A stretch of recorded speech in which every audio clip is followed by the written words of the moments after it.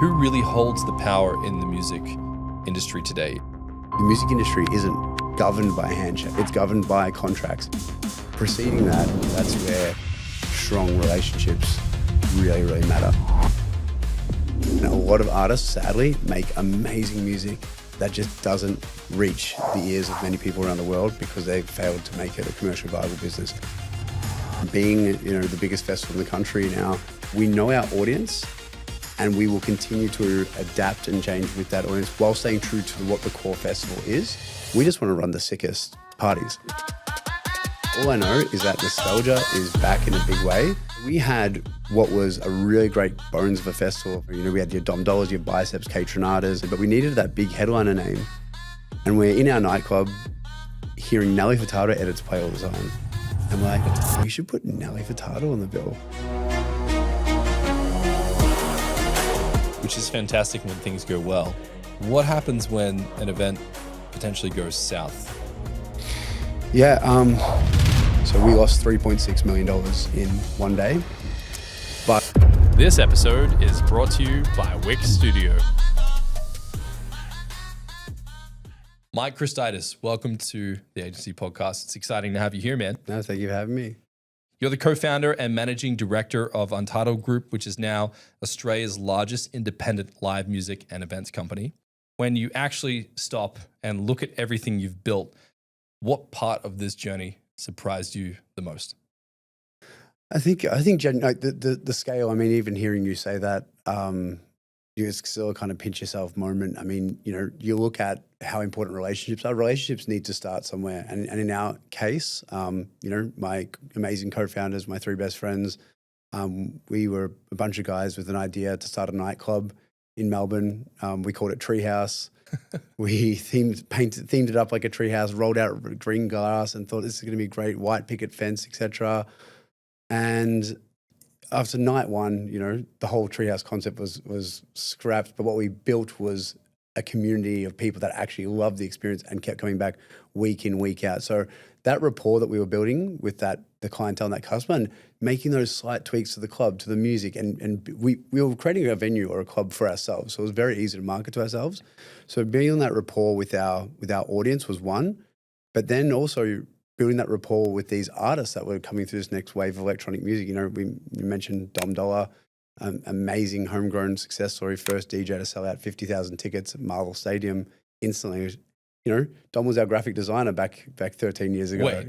Wait, what? Yeah. Dom Dollar was your graphic designer? Not exclusively. Dom was the guy, but he would make the posters for our club and be our resident DJ. So similarly to how we were building that rapport with our audience, Dom was week in, week out. I mean, the guy, all these great artists that we work with, Dom Dollar, Roofs to Soul, they were hustling and playing to small clubs and small venues and building up that rapport or relationships, as you call it. Those artists have scaled those relationships from being 1, 3, 5 people, 300 people in a room, 2,000 people, 10,000 person arenas, and we've been on the journey every step of the way. So I think people will talk about the word relationships and trust. These artists and these people that have worked really hard, just as we've worked hard as promoters, maintain and compound this relationship with any type of audience or any type of artist. And I think that's the thing, the scale that we're discussing now is a kind of pinch yourself moment. When we're talking routing tours with Roofs to Soul, and it's, how many arenas are we doing here? How are we trucking this production from here to here and doing that? And with Dom talking about, how we price the tickets of the stadium. So what are the floor prices to the seats? What sounds fair there? And what's the next strategy? And taking a real long-term view is a key to, I guess, a really kind of fruitful long-term relationship, and just being transparent with what everybody's trying to get out of that objective. But yeah, I think the scale is still the thing that shocks me. I mean, some of the things we're planning now, I love that. I love what we've achieved to date, but these artists, just as we are as promoters, are quite ambitious, and we just want to keep raising the bar for what music experiences, we can bring to the world, really. Now, a brief segue here, because you said that Dom Dollar was working as a graphic designer. He was hustling and doing shows in small venues. What was it like knowing him before he blew up and then watching his career trajectory in such a short period of time? I think there's a common thread that particularly, and a lot of people say this about all the best artists that are to work with, and that is they're still the same person, and they still hold that same characteristics, the same charisma and everything like that, and still have the same time for the same people. Dom, Rufus, all these artists that we work with, they still work with the same management teams from day one.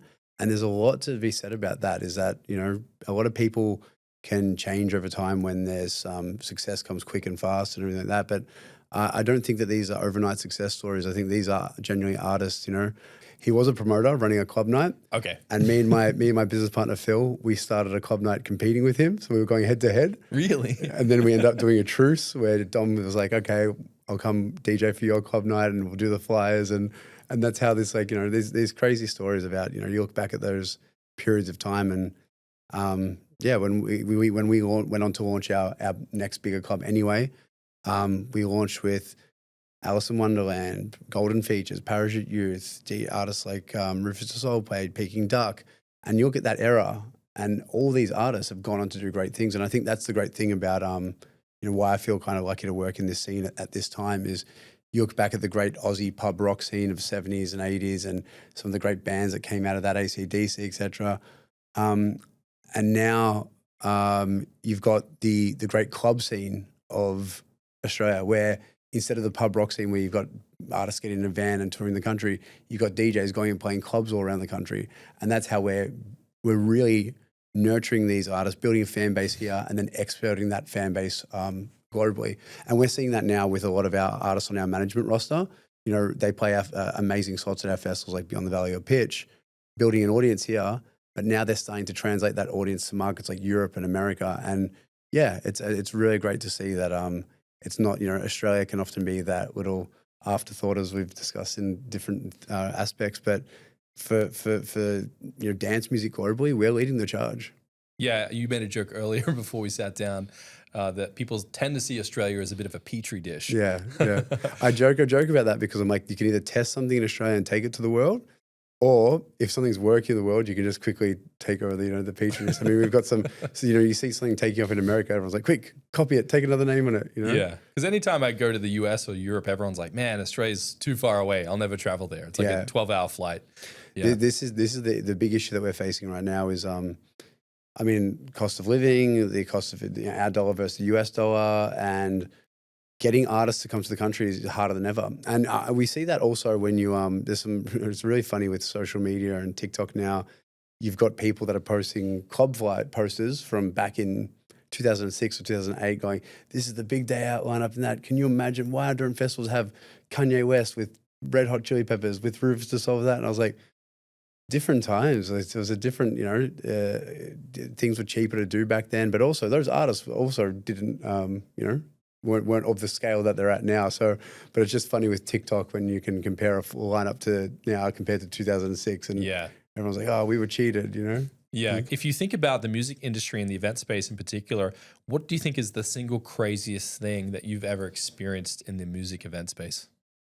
The single craziest thing about within the music and event space, I think, would be about when you are dealing with some of the top tier talent in the world. Sometimes you do have egos.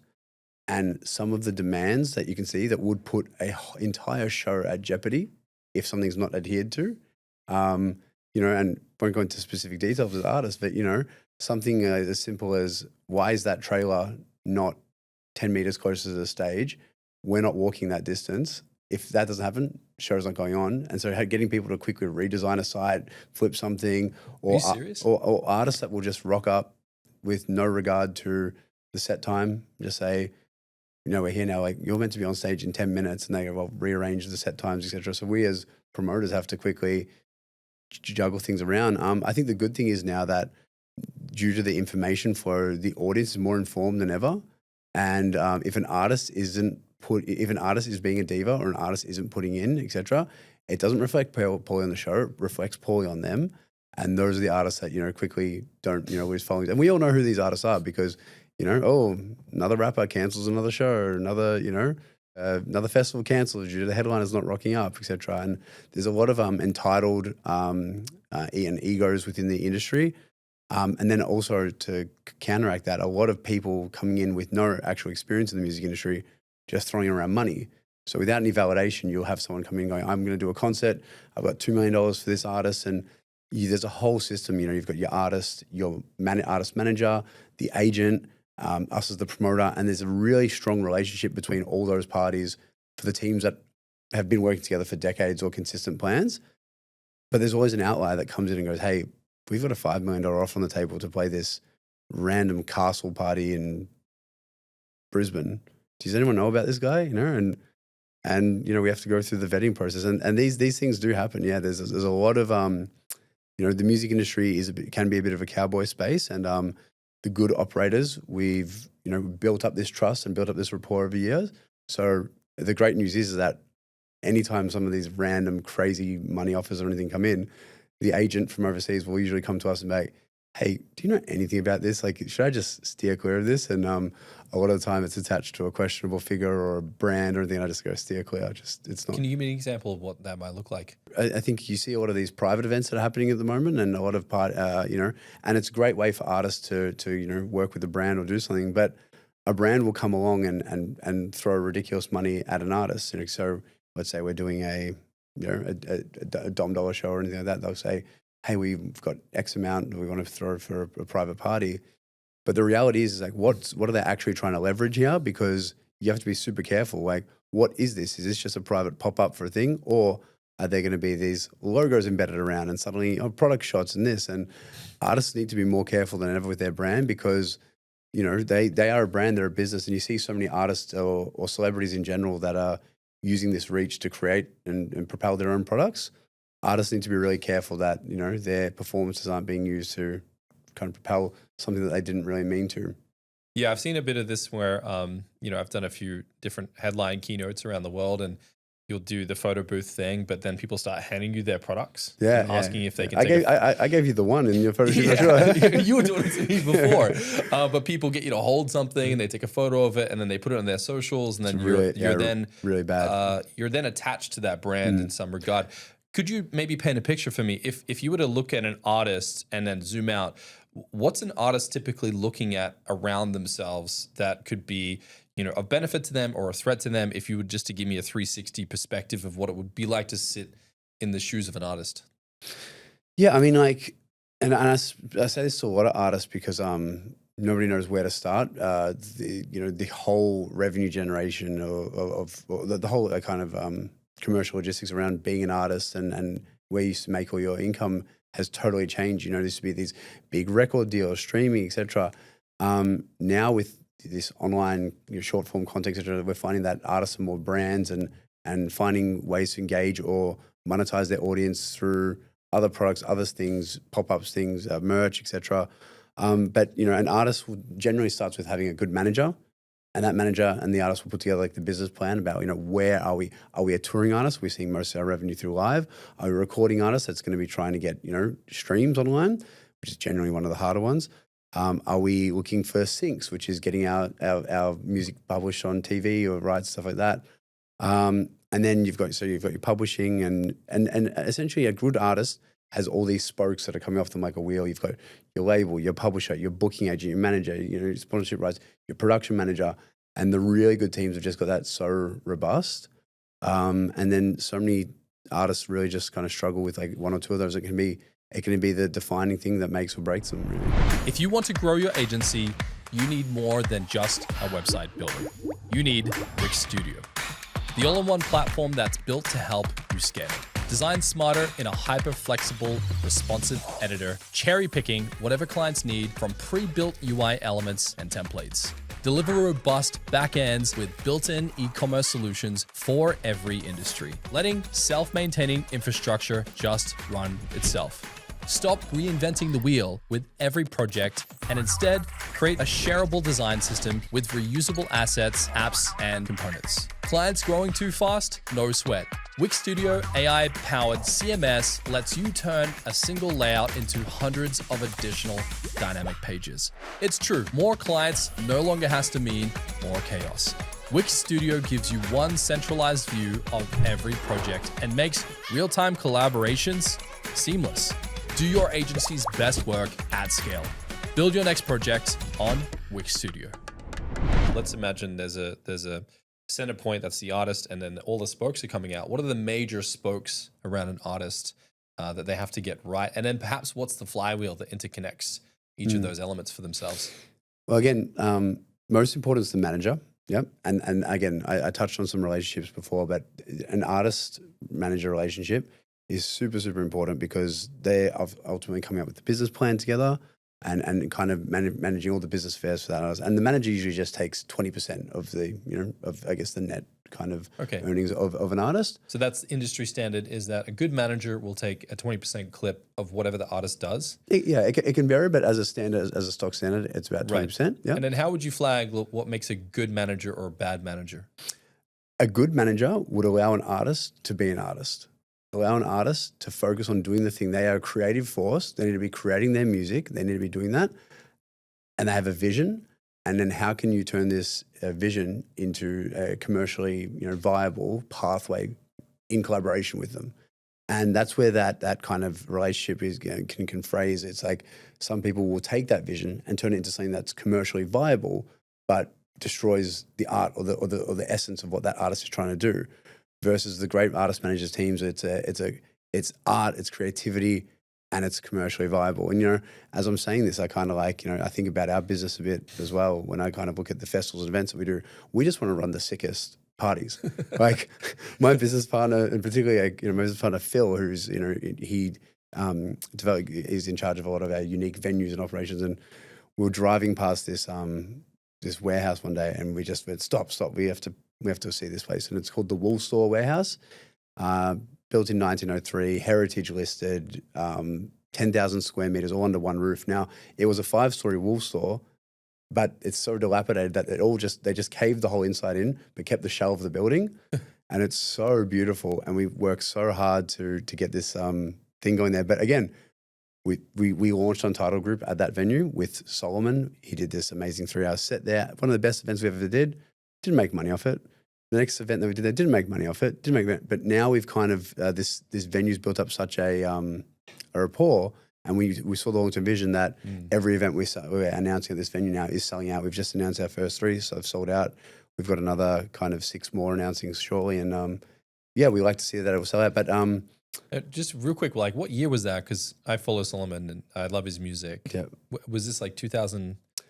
This was 2016. Okay, so 10 years ago. Solomon DJ'd for 3 hours in the Wool Store. Yeah.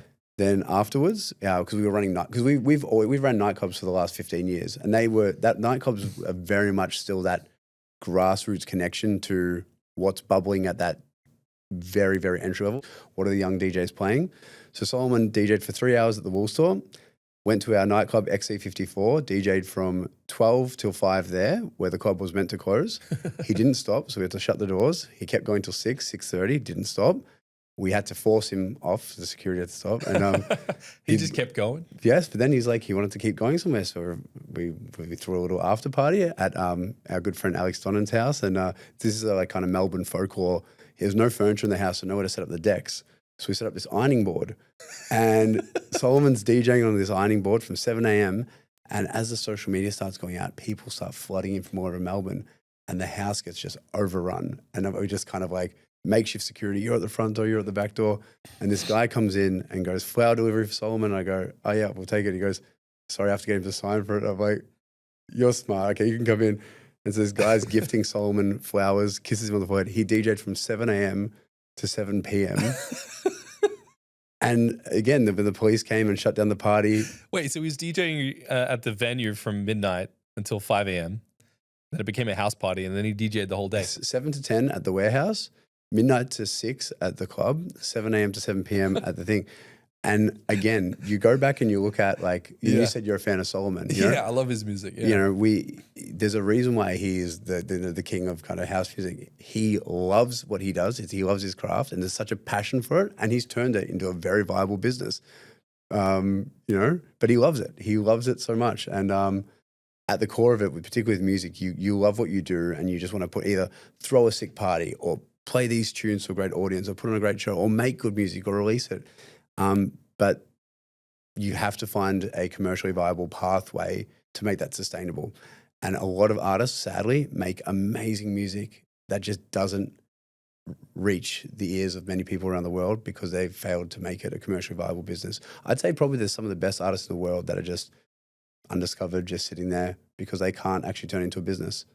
If they're so talented, why do you think that they're not going to get penetration? Like, if we're coming back to the diagram of like looking at an artist, they have to have a great manager. Is it then the manager's job to make them commercially viable, or does the artist also share that responsibility? 100%. No, but that's the problem, is that some of these artists, being creatives as well, might even struggle getting the right manager. Might even go, no, this person doesn't understand me. No one does this. And yeah, we see it a lot with artists that are just amazing creative forces, but then either struggle to work within the ecosystem or don't want to play the game that is the music industry. Because it is ultimately a game. It's going, how can I, if I've got good art or good music, how can I have that resonate with as many people as possible? How do I get that heard by as many people as possible? How do I play with the algorithms of Spotify and these streamers? And some people are purists to the art and go, no, I'm going to make good music and I'm going to release it. And those that want to listen to it can, and those that don't. And yeah, I truly just believe it's, you've got purists, you've got creative forces that are really good at the art and then also understand the business and then have driven this into like a machine that is like, these icons of kind of, there's iconic kind of brands and bands and stuff that you work with. And then there's those that just are either great on the creative force. I will say on the other side of things, you get people that are so good on the business side of things and the population and that, and the music's not that great, but they've got an audience that's hooked, that's got it. And I'm like, I don't get it, but it works. If you think about then some of the artists of today, who would you deem as the person who's equal parts creative and equal parts commercial, even though on the outside they might not appear to be commercially minded? I don't think I don't think it's like it's a person that's equal parts creative or equal parts commercial. It's ultimately a team that's got it right. I mean, like one of my favorite, I keep mentioning Aussie artists, but one of my favorite bands is Tame Impala. Oh yeah. And Kevin Park is an absolute genius. And his music really like reigns true. But he's got a great team around him, and what they've been able to do to work records in different territories and stuff. They just got Jenny on this Dracula remix that's now kind of just revamped a track to make it go crazy again. And, he's selling out bloody arenas, headlining festivals all around the world again. And it's just great to see that, I'd consider him an ultimate kind of purist of like making great music and doing great things like that. But he's ultimately got a good team around him that just gets the business side of it. Mm-hmm. So, and when you say purist, what exactly do you mean? I mean someone that's making music that's true to them and not making music just because it's what the audience wants to hear. Your music's a really expressive expression of the art. They're not chasing the views or the charts. No. They're trying to create. And I think that's actually probably the best thing in terms of the artists that are the most successful as well. I mean, you listen to a Rufus Du Sol album, and they've got 7 albums there now. You can hear that distinct sound. You listen to a Tame Impala album. There's a style. Yeah. There's a style. And I think the artists that go chasing the current trend or the current sound or the kind of thing either lose the old fans, gain some new ones, but then it's too jarring, I once saw Pharrell when he was being interviewed about, there was an era where Pharrell Williams was in the Timbaland era. There was a distinctive sound between him and Justin Timberlake and Timbaland and Nelly Furtado and all those people around that era. And he said that I think at the time he had, in the top 100, he had 10 songs. And he did this radical thing where he made the decision to completely change his style. And everyone was saying to him, like, what are you doing? You're top of the charts. Like, just keep making what you're doing. And his response to that was like, well, if I'm at the top of the charts now, I need to pivot, because then if I just keep doing the same thing, I'm just going to collapse with the next era of music. I need to get ahead of this. I need to tap into the next thing. What's your thoughts around an artist who's thinking a couple moves ahead like that, where they're crushing it and then decide to make a pivot? I think that's the key to every. I mean, I talk a lot on the artist front, but I also speak about us as booking festivals and programming. You need to equal parts adapt while staying true to what your core either business or core sound or core offering is, because it's those that fail to adapt with how culture and trends and times change are the ones that get left behind. And look, I know you spoke about it from an artist perspective, but looking at it from the festival front, Australia's music landscape has undergone the most radical change in the last decade that we've ever seen. When I was growing up, we had future music, Stereosonic, Big Day Out, Soundwave, Groove in the Moog, and within a matter of 3 years, these major festivals that were doing 40, 50,000 people per city just completely collapsed. And they collapsed because they failed to really see the undercurrent of the youth that was wanting something different. And that undercurrent of youth, I know it was easy for me to comment on because that was us. We were selling tickets for these festivals and going to them, and it got to a point where we were like, okay, you look at the Big Day Out lineups and they're great, but I remember the final Big Day Out lineup had undercards like Flume and Rufus Du Sol and Toro and Moi, all these kind of amazing artists on it. But the top artists were Blur, Pearl Jam, Arcade Fire, and there's that real polarizing thing about the Blur or Pearl Jam fans. They just want to go see those bands. And the young people that want to see these new emerging things, they don't want to see those headliners. So if you try and be everything to everyone. Oh, I see. If you try and really kind of like, cast the net far and wide, you're not gonna grab everyone. But ultimately what it is, and this kind of like developing the new sound or chasing, it's about kind of that defined scope that you're in, continuing to shift it even with the times, while maintaining a foot in where you've come from, really. So when you're looking at putting a show together, to your point there, if you're casting a net too far and wide, you're going to mix a crowd together that don't perhaps want to be together. I think it's different. I think because I people say that multi-genre festivals are dead, and it's stuff like and crowds that want to be together. I totally disagree with that, because you look at our festivals and we've got amazing electronic DJs like Marlon Hofstad or Kiki or Charlotte DeWitt, all these amazing techno and house DJs, etc. Then you've got the Veronicas on the main stage, belting out some classic things. Last year, and even something like the Nelly Furtado, who you mentioned earlier, in 2022, we were really struggling to get a headliner because the whole global industry restarted, and suddenly every artist is kind of accepting shows everywhere all around the world, and this kind of rhythm of an artist would tour North America, then tour Europe, etc., kind of was lost. And we were struggling to get a headliner, and we needed to really think outside the box, because everybody's going for whoever released the album that year, etc. And again, going back to this grassroots connection of being in our nightclub, Nelly Furtado edits were just playing every week. What do you mean? As in, like, DJs are playing house music and stuff like that, but then they'd throw in Maneater or Promiscuous Girl and stuff like that, and the club would go crazy. So this is maybe 15 odd years past the prime of that song, and they're still hitting the club. And she was retired at the time, right? So she hadn't done a show in 5 years. Whoa. So you were like, okay, she's playing in the clubs all the time. Yeah, it's funny. It's this, we're kind of trying to figure out what the peak nostalgia point is. So I read this paper online. It's this nostalgia curve that kind of like nostalgia peaks at 16 years. Really? Okay. Yeah, because it goes from like new, dated, retro, nostalgic, and there's like this 15 to 18 year thing. And when you look at it, and it's like, that's where the 2010s are really kind of popping back now, You believe it's true? 16 years? Oh, look, I don't think there's true rule to it. All I know is that nostalgia is back in a big way. Yeah. We had an amazing lineup that year, and it had... What year was this? I'm going to say 2023, because when we came out of hiatus, Australia came out of hiatus late 2022, and we were continually booking lineups, trying to get the next event on. We were going to do drive-in cinema concerts, so like people would be on stage and tune in their cars. When we finally were able to kind of resume mass gatherings again, we had a lineup ready to go. So we were on the news that evening, basically announcing Beyond the City, which was a inner city version of Beyond the Valley, which it was 2 days at Sydney Myer Music Bowl, and sold 50,000 tickets there, because we sprung back to it so quickly, because we had the team that was fully engaged, trying to run events even when we couldn't run events, trying to do new things, and basically when the world did resume, we were first to it. So we rolled out Beyond the Valley, Beyond the City. We did Grapevine Gathering. We had all these lineups ready to go, and that built this big steam of momentum. So when the actual rest of the world really, came back online, there was every events company in the world was trying to restart and book the talent pool at the same time. Yeah, which just doesn't happen. It's like it's like go, and then everyone's gone. So you're trying to book any artist that's just released a song on cycle. And we were really struggling to get, that big name that sits at the top.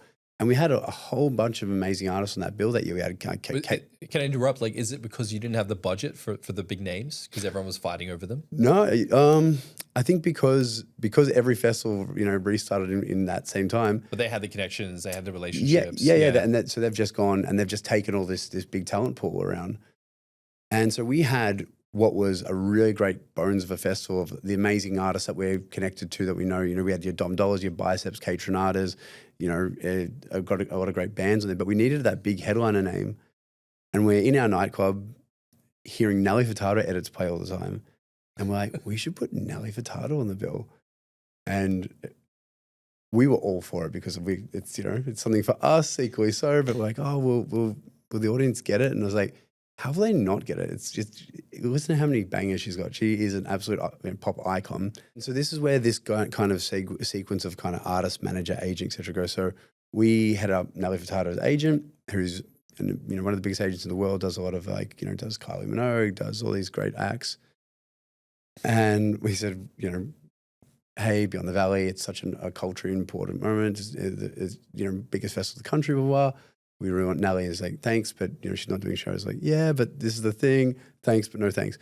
And there's an amount of times you can kind of realize like, what's the angle that we've got to get through, and we kind of found this kind of thing because you got to look at what drives an artist. And Nelly hadn't performed in so long, so she hadn't had an opportunity to really kind of play for. She's an amazing mother, play for her family, bring her daughters along, etc. So we said, just fly the family out. It's going to be a great performance in Australia. That's a market that's I feel like a bit more forgiving, a bit like less pressure in terms of like, come to Australia. You can treat it like a holiday, do one show at a festival.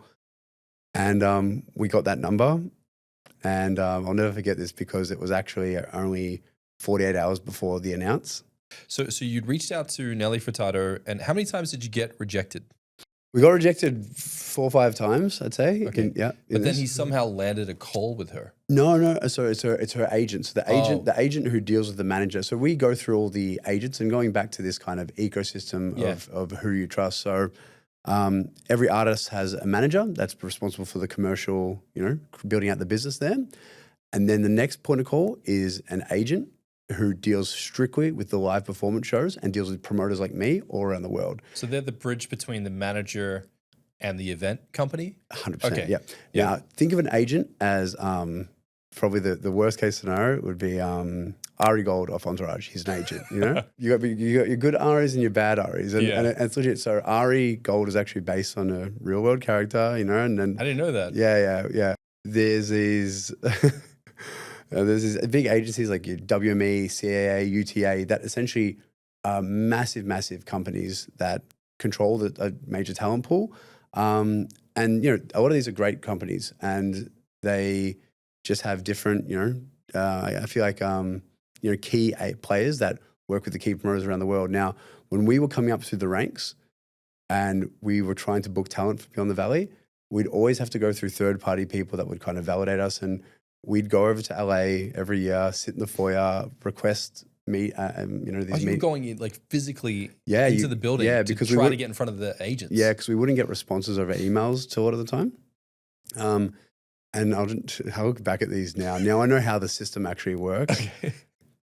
Again, trying to hustle a relationship and looking at that now, like being a 22-year-old kid with a printed off A4, like here's our festival with like color things of it. And I'm like, I look back at it so embarrassed right now, but we would sit in the lobby, we'd wait and then say, oh, sorry, he might not have time till 4 or 5 o'clock. No, we'd wait for that agent to finish up. And sometimes they'd send the assistant down and the assistant would have the meeting for us. But the great thing is that, we kept chipping away and we got our foot in the door. We proved ourselves with a few like agents that were willing to take a chance with us. And now we've built that rapport up with some, of the biggest agents in the world. So this particular agent, Phil, had a relationship with, and because she represents so many different artists, Phil would always call up about another artist and then naturally bring the conversation to go, hey, back to Nelly for a second. And it became this ongoing thing where we said, please drop it. And he made me join him on a call. He goes, I want you to be there. So, I'm not skewing the truth or anything because we've got 72 hours to announce, And can you just give me an example of like to announce what exactly is that for the listeners? Yeah. So Your festival announce is everything. When you reveal your lineup, that's when all eyes are on you. Your audience ultimately decides, okay, is this a good year that I want to attend? Is it like, who have they got? There's so much speculation. It's like maybe the moment where they're going to make the most eyeballs to make the decision. Yeah. And ultimately, I think, being, the biggest festival in the country now, we open ourselves up to, you can't be everybody's cup of tea. And I think that goes back to that element of, do you educate the audience or just give the audience what they need or want? Yeah. And I think that's what Untitled and particularly our festivals are really good at doing is we know our audience and we will continue to adapt and change with that audience while staying true to what the core festival is. Okay. We're not just going to keep jumping around. And that when you look at that year for Beyond the Valley, it had all the right elements to be a good festival. The only thing that would make it a great festival was the X factor. Yeah. And that was Nelly Furtado. And so get on the call with Phil. And Nelly's agent. And naturally we started the call talking about a different artist as per the plan. And they said, hey, just back on Nelly, look, there's just this short window because we've got this funding from blah, blah, blah. What's it going to take? And the response was, look, you guys aren't going to like the number. Like it's, I can give it to you, but you're not going to like the number. Gave us a number and there's that silence while we're all texting each other on iMessage going around. Yeah. So what did Phil say? Yeah. Okay. So we didn't think it was, when we heard that, we're thinking, okay, it's going to be that. And she said, okay, minimum. We're both like, that's like, I think we can afford that. And this is where things get really funny. So we're texting away, there's silence. And she's like, boys? I'm like, yeah, just 1 second. And we get the approval. So we send the offer off. And she laughs and goes, oh, I love your enthusiasm, but, I'll be back. Go to sleep, wake up the next day, like a kid on Christmas. Hey guys, Nelly's interested. Can you please elaborate on this? Travel. Now the clock's ticking. We've got 48 hours to announce. And these are usually week-long negotiations. So we've compressing this negotiation into this really condensed period.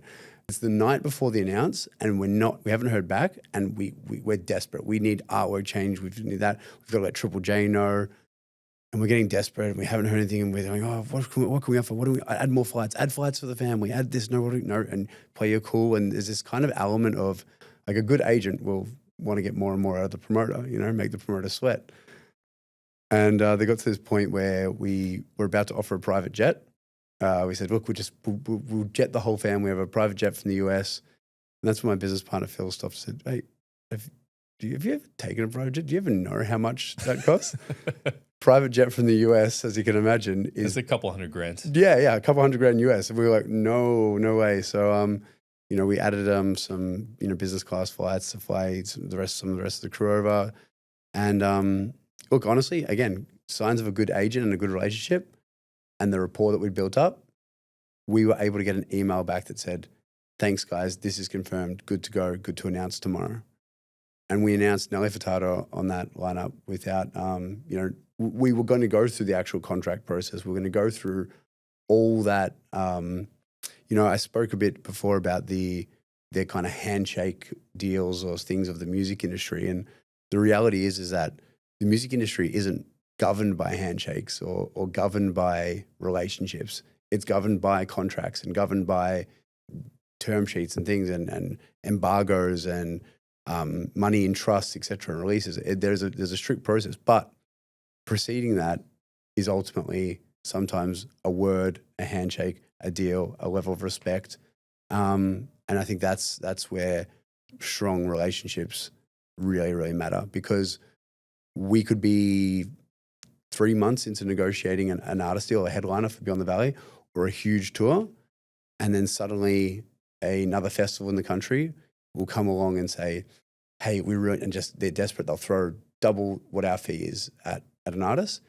And we're at the point of kind of, we've agreed on terms, we're about to sign the contract, and a bad artist team or someone that you don't have that strength of relationship with, they could go, hey guys, sorry, this has come along, just no contract, it's not signed on the thing. But a good team is like, no, we've given you our word, we'll stick to it. We just want you to know that here's what we're foregoing.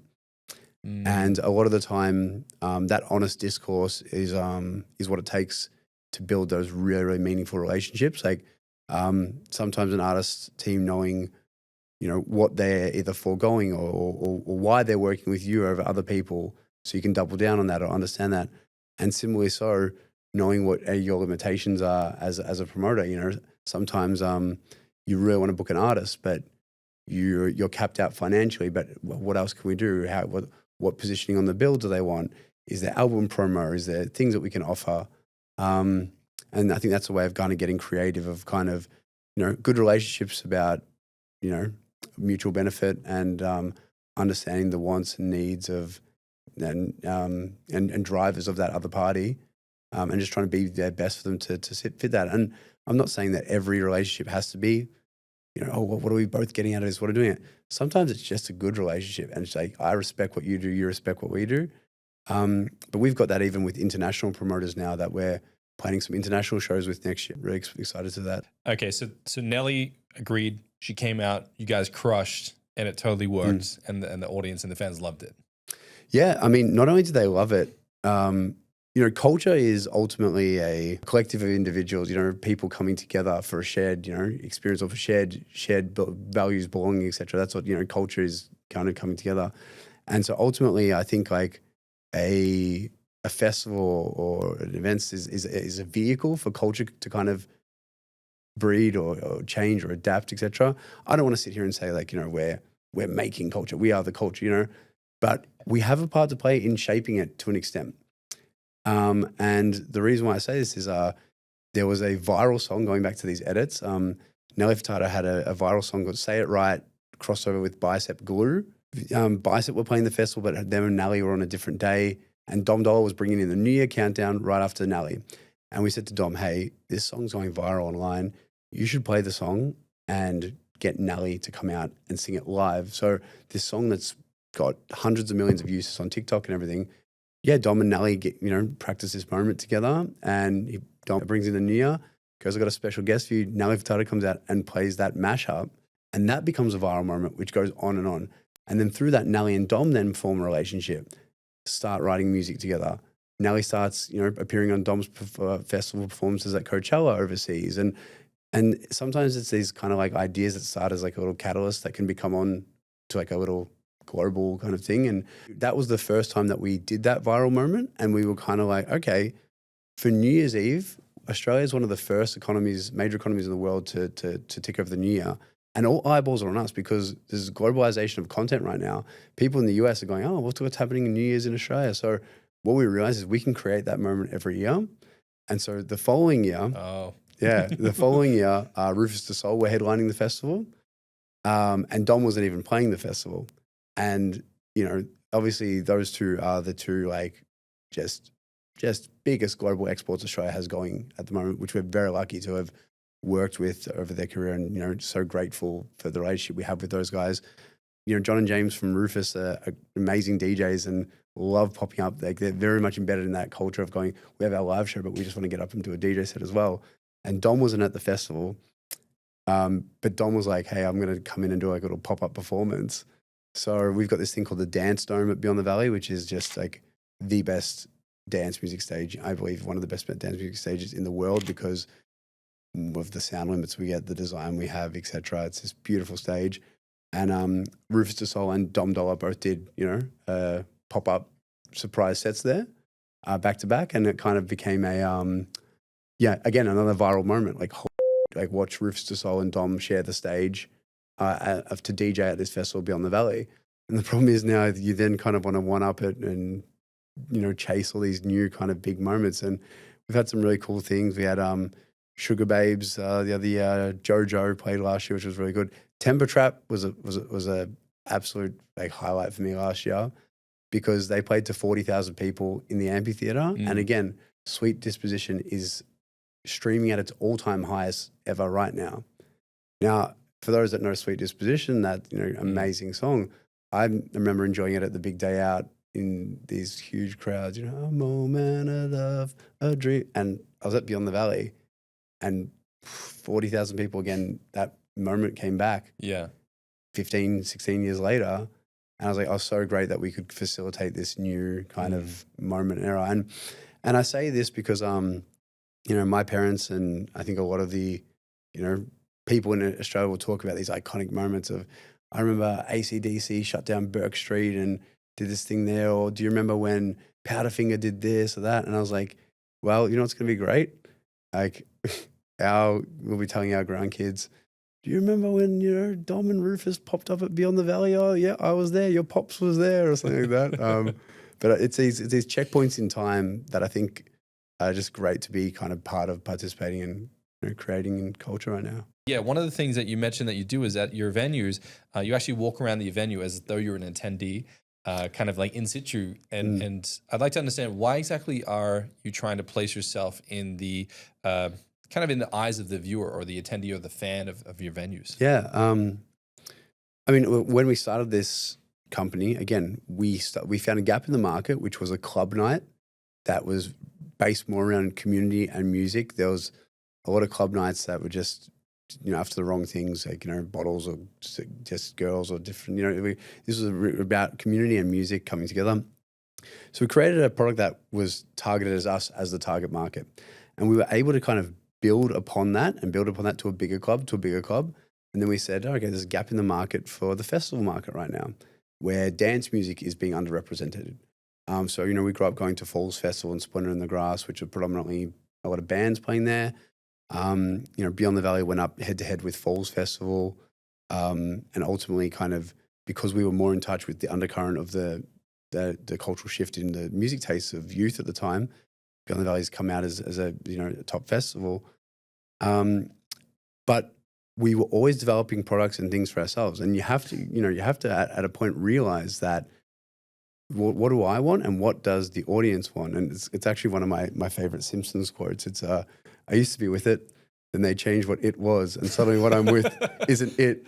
And now everything's scary and weird and it'll happen to you.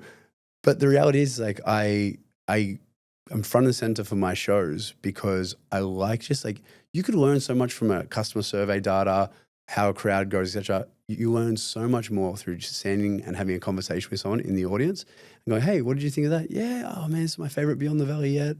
This stage, I like how they've changed this, I like that. And we take all that anecdotal stuff on board. You're not telling them that you are in the venue. No, you're not. No. So you're just going in as if like, oh yeah, what a sick show. This is fun. Yeah, how are you finding it? Like undercover boss type thing, you know? But the reality is that I do that, and then someone will come along now because we've done more podcasts and things like Dylan Friends that our audience sees us on, and someone will come over and go, aren't you Mike? And I, yeah. And they go, don't you organize this thing? I go, yeah. And they go, why are you out here?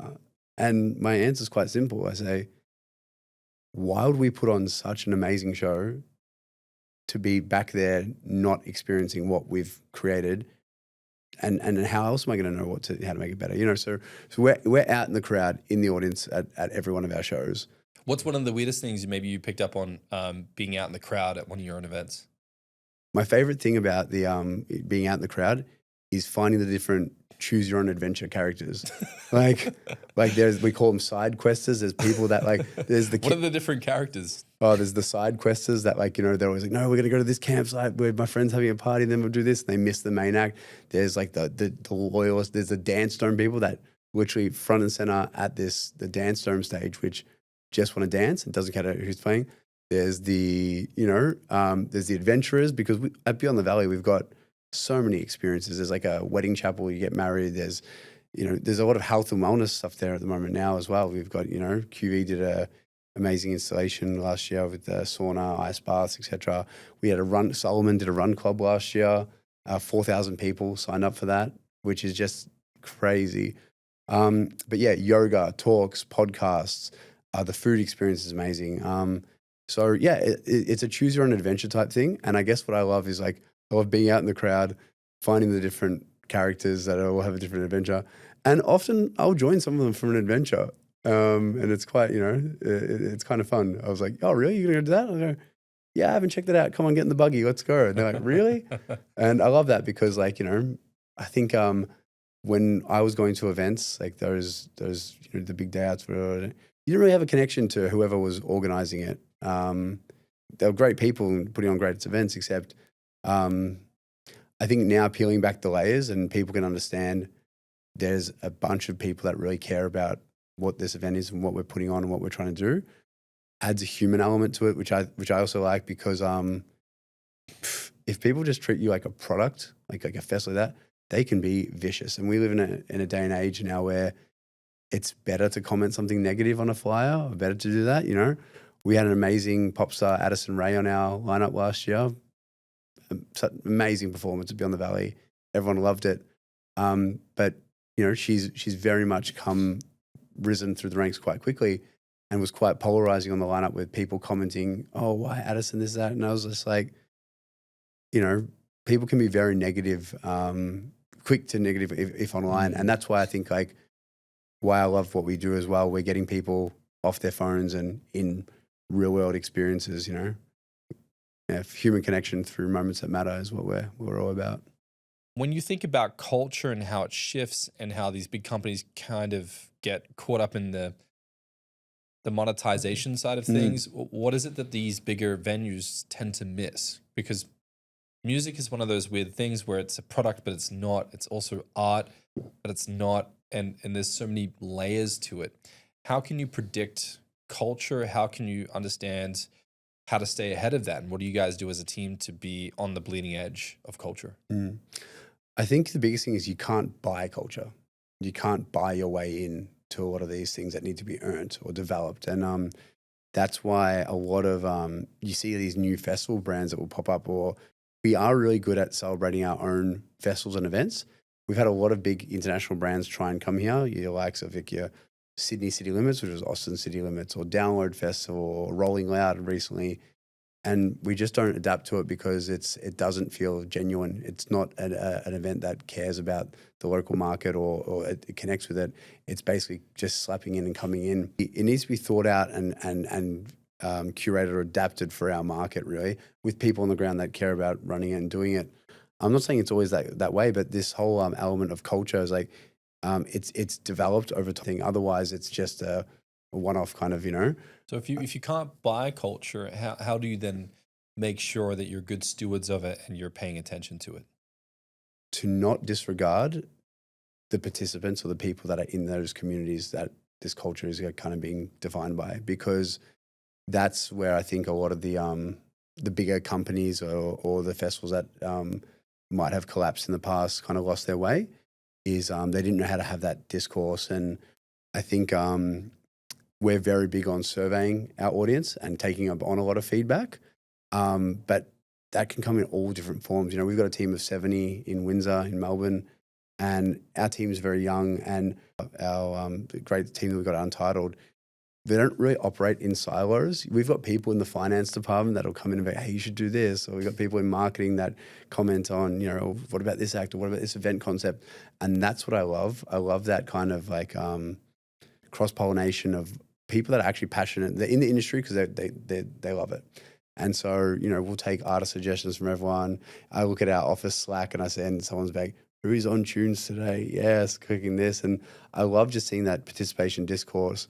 To give you an idea of how sometimes granular it can get, there was an artist called Yeet, Y-E-A-T. He's grown to be a very big rapper now. And I had no idea who it was. And the agent pitched it to us and said, you've got to book this. He's the hottest rapper. He's going to blow up.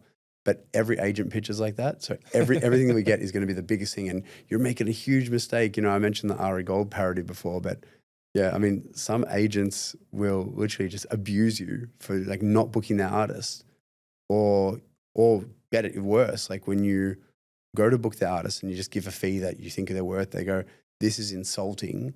You know, he's playing this show in Detroit, this show and that, but it's like, they don't get it that Australia is very different. So can you give me an example of maybe how like rapacious these calls get? Like how intense are the conversations? Are they swearing? Are they yelling? Like when I think of Ari Gold, I think of someone who's just flying off the handle.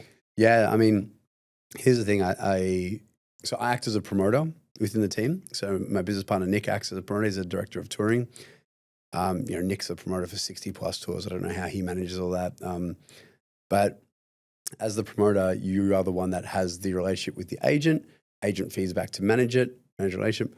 Sometimes we've got the relationship with the artist or management ourselves, so we might sidebar. And if you have a conversation with management and like you're going around the agent, you will get a call. Why are you talking to them? This is this, and then we're never working with you again. The amount of times I've been told we're never working with you again, and then 2 months later get an email. Hey guys, we'd love to have this artist on. It's kind of it's a really. I think a lot of industries probably you'd say might be emotionally fueled, but the reality is with music is really, really fast paced in the sense that if an artist is breaking and they're hot, all eyes on them globally. So we're not just competing against the festivals in Australia, particularly for New Year's Eve, we're competing against money in Vegas, or do they want to spend time in this another territory, And I go to the festival circuit every year. We go to Coachella every year. I like to go to Glastonbury and all these other festivals around the world and see, okay, what artists are really breaking there, and can we see a trend before they come down to Australia? What I think is really interesting about this is you're not just sitting behind your team, sending your team out there. You yourself are out there attending venues, sitting in your own crowd. Yeah, I think it's like a multifaceted. You kind of like, because anybody could go and see a performance and go, that was amazing, but is it going to translate? Like, let's talk to the label. Let's go ask people in our office. Let's look at our survey results to see where they polled. We could pull data from Spotify and see, how many listeners they've got in the region. Is that spiking? And it's about finding those artists and those trends that are actually hitting a lot of the touch points. What are some of those touch points that you look for to give you a sign that this is an early artist that is about to break through? Metrics, like rising metrics that are consistent across a multitude of channels, because that shows real fandom. Like if it's just Spotify streams increasing, they might be an artist that's just getting good streams on playlists. But if you're seeing their Instagram following go up, their TikTok go up, you're seeing their mentions on things in the territory kind of go up. And then there's the ultimate test. Like, if you're asking the cool people in your office or the cool people in that audience and they're going, oh my God, yeah, you have to get that, they're the first to know. If you're asking your mum, dad, or uncle and they know, you're too late. You're too late, Yeah, you have to find the people that are into the niches in the office. And I think that's the hardest thing is that like, I'm very, we spoke on, vertical integration and how much the group's evolved and changed, is that I love music, but it's such a broad spectrum of changing genres, artists, taste that I think a big thing for us at Untitled now is that, the 4 managing partners and our amazing team, we've built up a lot of relationships and rapport over the years. But now it's about how we can start trying to transitioning a bit of that, institutionalizing, I guess, some of that kind of rapport, relationships, and kind of passing on to the next wave of senior promoters that are kind of coming up in our team, or just the next wave of the next generation, really. I know, I spoke about agents. We've got a great agency that we've developed from scratch. Proxy Agency represents over 100 artists across Australasia, and that's got the next wave of great agents coming through who do things a bit differently. They don't yell it, it's about, doing good business with good people. And, now our management roster is really starting to take off those clients. But, with that, I used to be an artist manager. I used to manage a lot of artists. And as an artist manager, you're the banker, the lawyer, the therapist, the accountant, and I kind of like the position that we're in now is kind of harboring the ecosystem to build up this next generation of talent rather than trying to be the promoter, the agent, the record label, etc. I think we've just got a really good platform to kind of build out something special here. Okay. So if we're being a little Machiavellian and we're looking at how do we navigate this world and how we navigate the power spectrum and the ego spectrum, who really holds the power in the music industry today? Is it the artist, the manager, the agent, the promoter? Who do you believe actually maintains the highest altitude in the industry?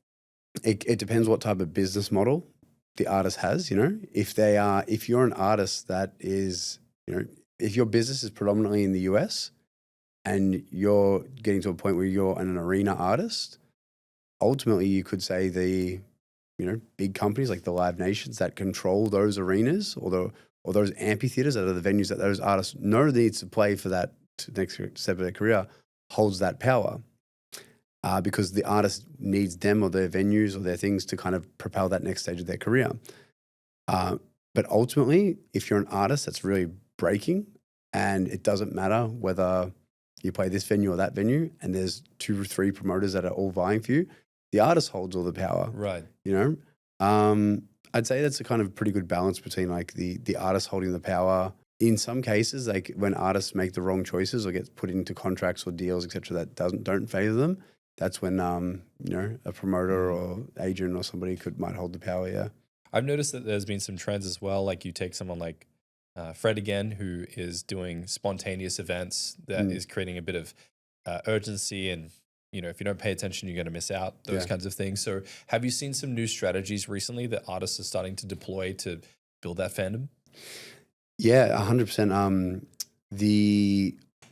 I mean, just the way that we're consuming music, the way that we're consuming live events, etc., has all changed so much over the last decade that talk about holding the power. Like Fred again has such an engaged audience that he realizes, okay, let's do things a bit differently. I mean, announcing bloody stadiums a week out and doing things like that because he knows that he's got such an engaged audience that he can do this. And some of them are like a day before. Yeah. He's like announcing at 6 p.m. like, hey, tomorrow night at 10 p.m. I'm going to be here, and then it sells out.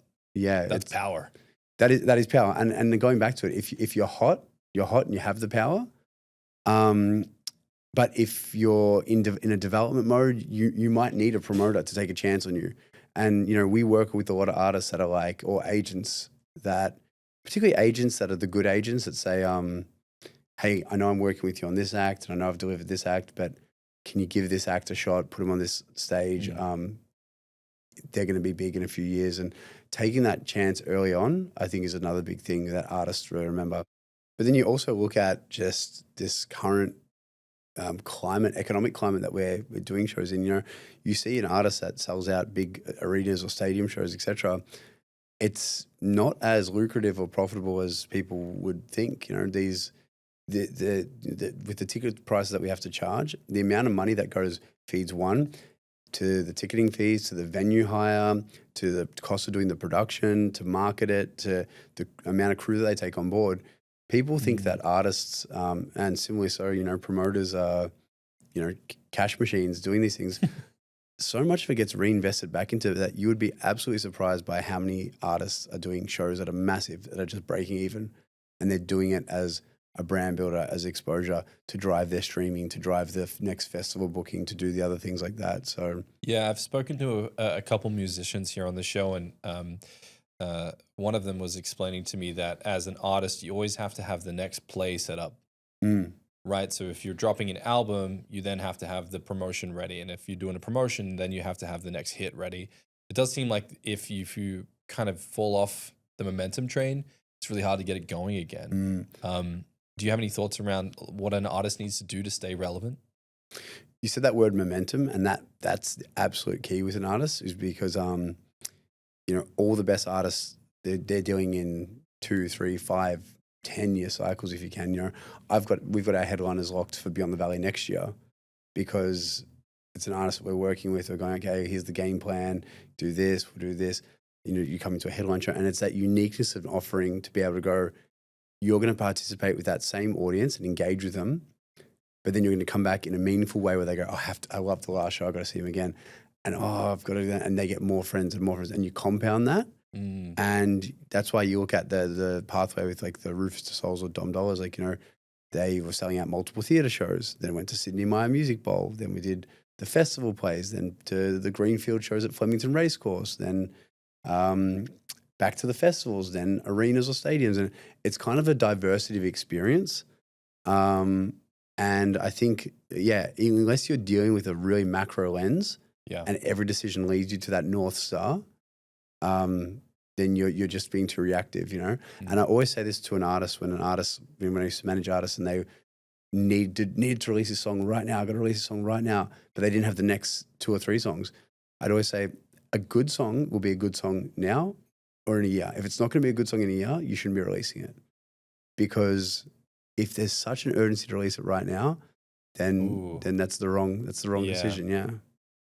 You got to be able to stand by it. Your art's your art. You got to be able to stand by it.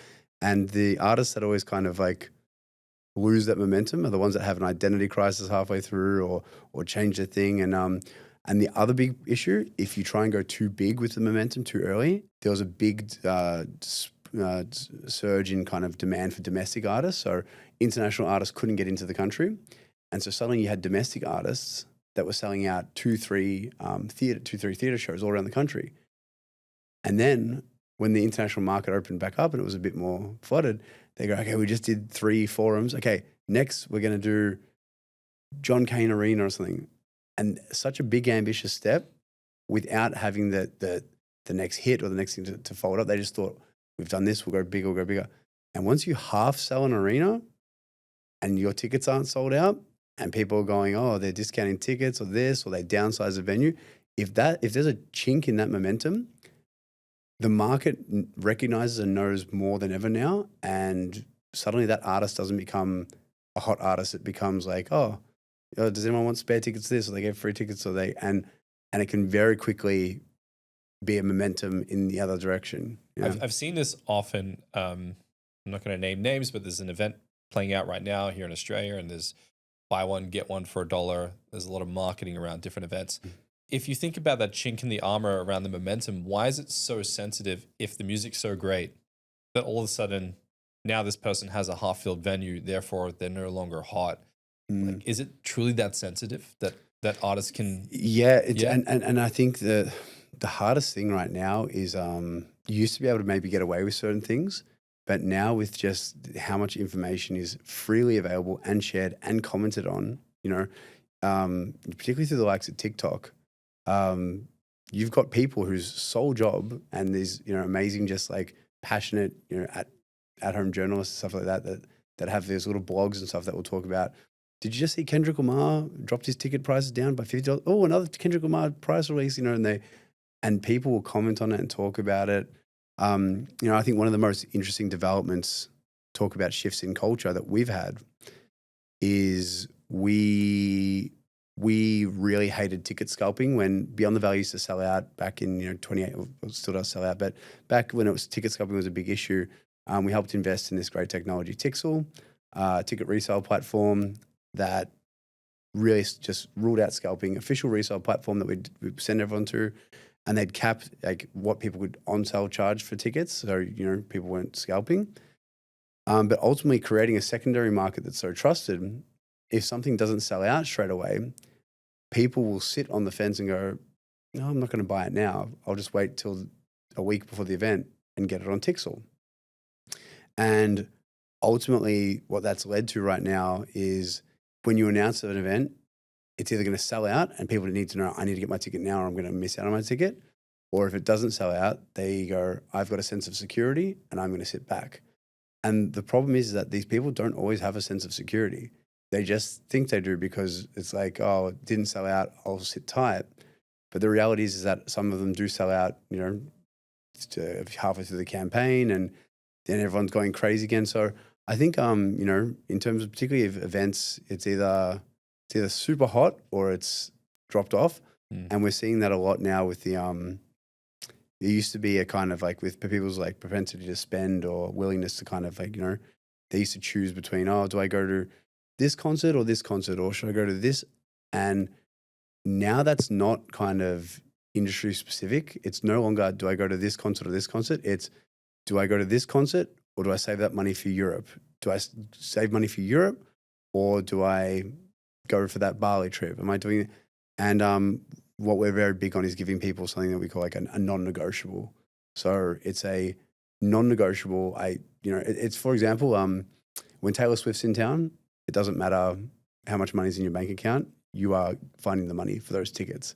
Same thing with sneakerheads. When Nike does a limited release shoe drop, they show that these really big sneakerheads would bet the sneakers over paying their rent because they know that they will find the money for their rent down the line.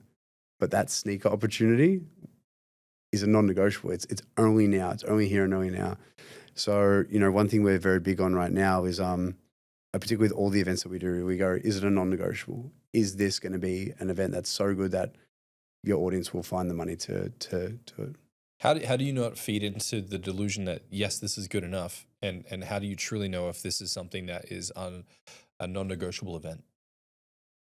I think that's what being a promoter is all about. You know, promoting is. Is there a formula? Is there a signal? Is there something you try to look for? No, and do you know what the craziest thing is? Is like you spend your whole year, like we spend the whole year working on these lineups, and you look at it for so long that the night before announce, you have a panic attack every time, and you go, "It's good, yeah. It's no, people are gonna like it, but wait, shit, should we have added this?" And we freak out. We're on the phone, and we don't sleep the night before, and then this is a really funny. Some funny years have happened. Like we always just sit in the office, and again, imagine releasing something and instantly having 100,000 eyeballs give you feedback on it. So with this one year, we were in the office, and my business partner Phil was playing the music on his laptop, and we were just like, "Oh, I hope the lineup lands well." And we release it, and the first 5 comments were, "Trash, trash. This is where's the headliners, blah blah." And Phil went, "Done your," and he slams his laptop shut. He's playing the music through the speaker, so the whole office now goes quiet, and he just storms out of the office, and everyone's going, "Is it that bad? Is that?"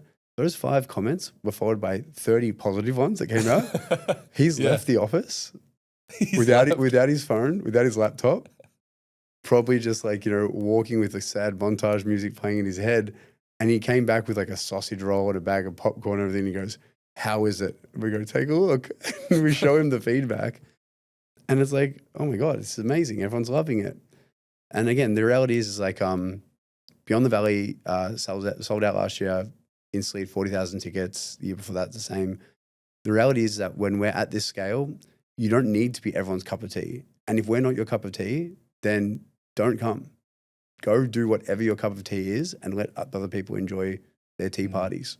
Like, I know I joke about that, but I think that's the thing I hate. I think like, music festivals are meant to be all about inclusivity, community, diversity, and diversity of experience. That means like, you know, if you like the lineup or you just want to come for the experience or anything, like, I don't think we should be, you know, judgmental or critiquing, particularly online with the keyboard warriors. You know, that's why I keep going on about, you know, our missions to kind of, you know, get people off their screens more and for these real world moments, because that's where I think that people are less divisive and more connected.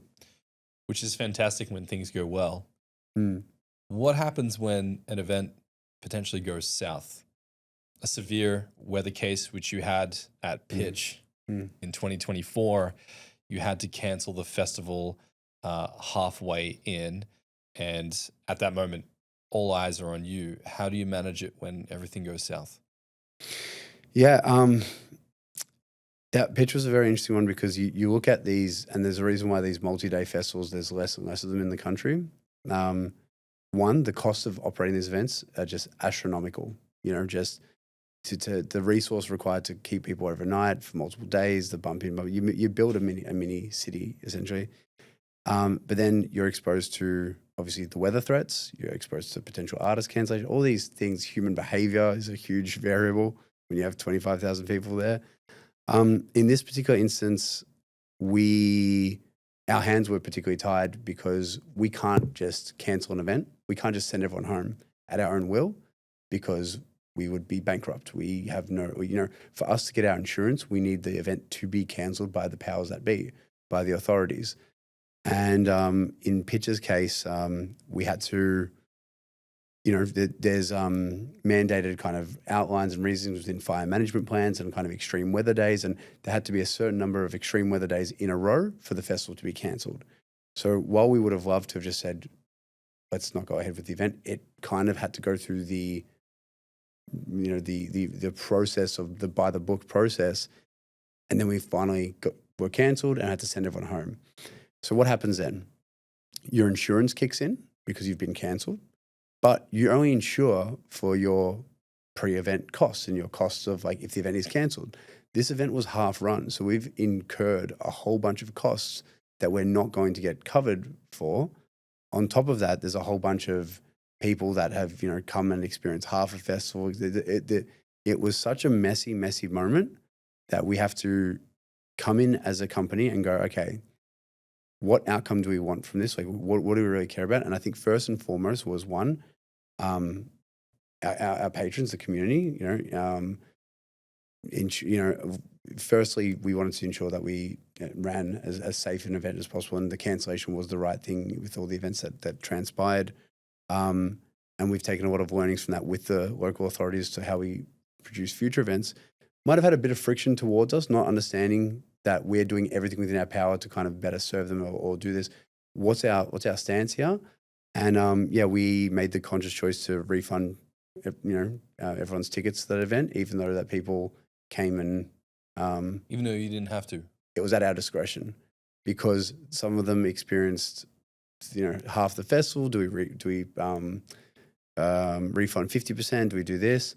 I think where we ended up settled on was if your ticket didn't get scanned and you didn't come in, we get a 100% refund. And if your ticket was scanned, I think we ended up giving 80% of the thing, even though they experienced like half the festival.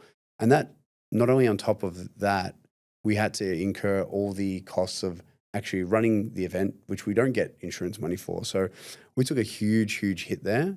So I understand while this was all playing out, you weren't actually even in the country. You were overseas at a wedding.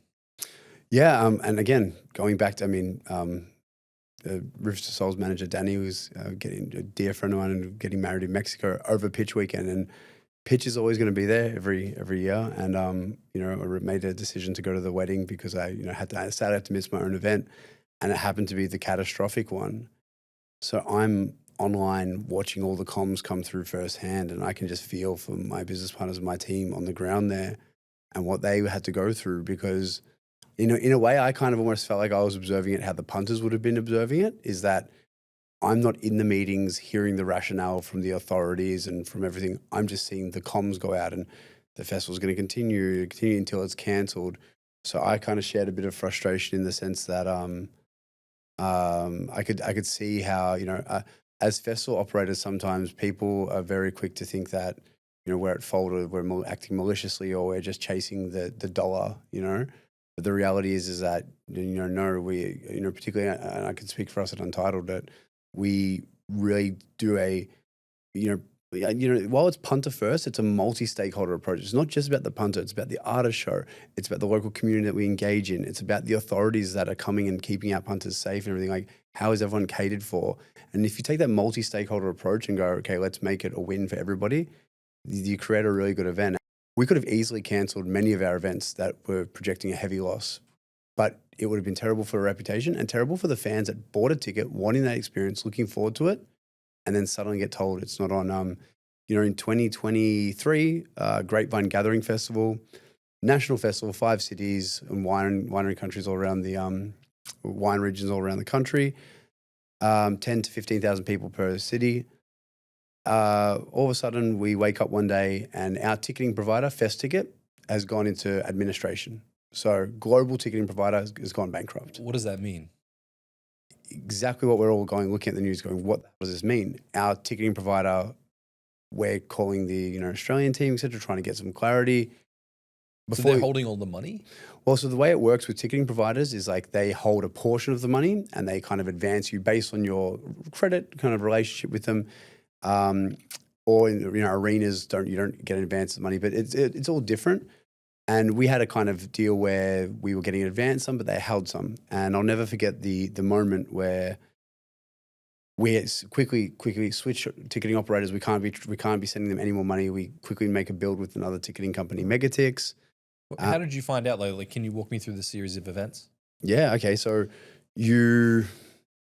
we were chasing them up on email for, hey guys, there's been a delay on our payment for our next advance of funds. Hey guys, was there anything going on here? What's like, because there was just a bit of lack of comms and silence and things were getting a bit weird. But with an operator that's that big, we're talking a company that's, hundreds of millions of pounds of business around the world based in the UK. You have a level of trust that there's just, oh, sorry for the delay, here's this. And then all of a sudden it comes out in the news, Festicket going into administration. Wait, so you found out in the news? We found out in the news, but we really quickly realized they've got a large chunk of our money, of ticket holders' money that have purchased tickets for our events. And I'll never forget when my business partner, Christian, called us all up because, the 4 partners were very involved and we all had a call. And we said, how much of our funds do they have? And he said, $3.6 million. They had $3.6 million of ticket funds.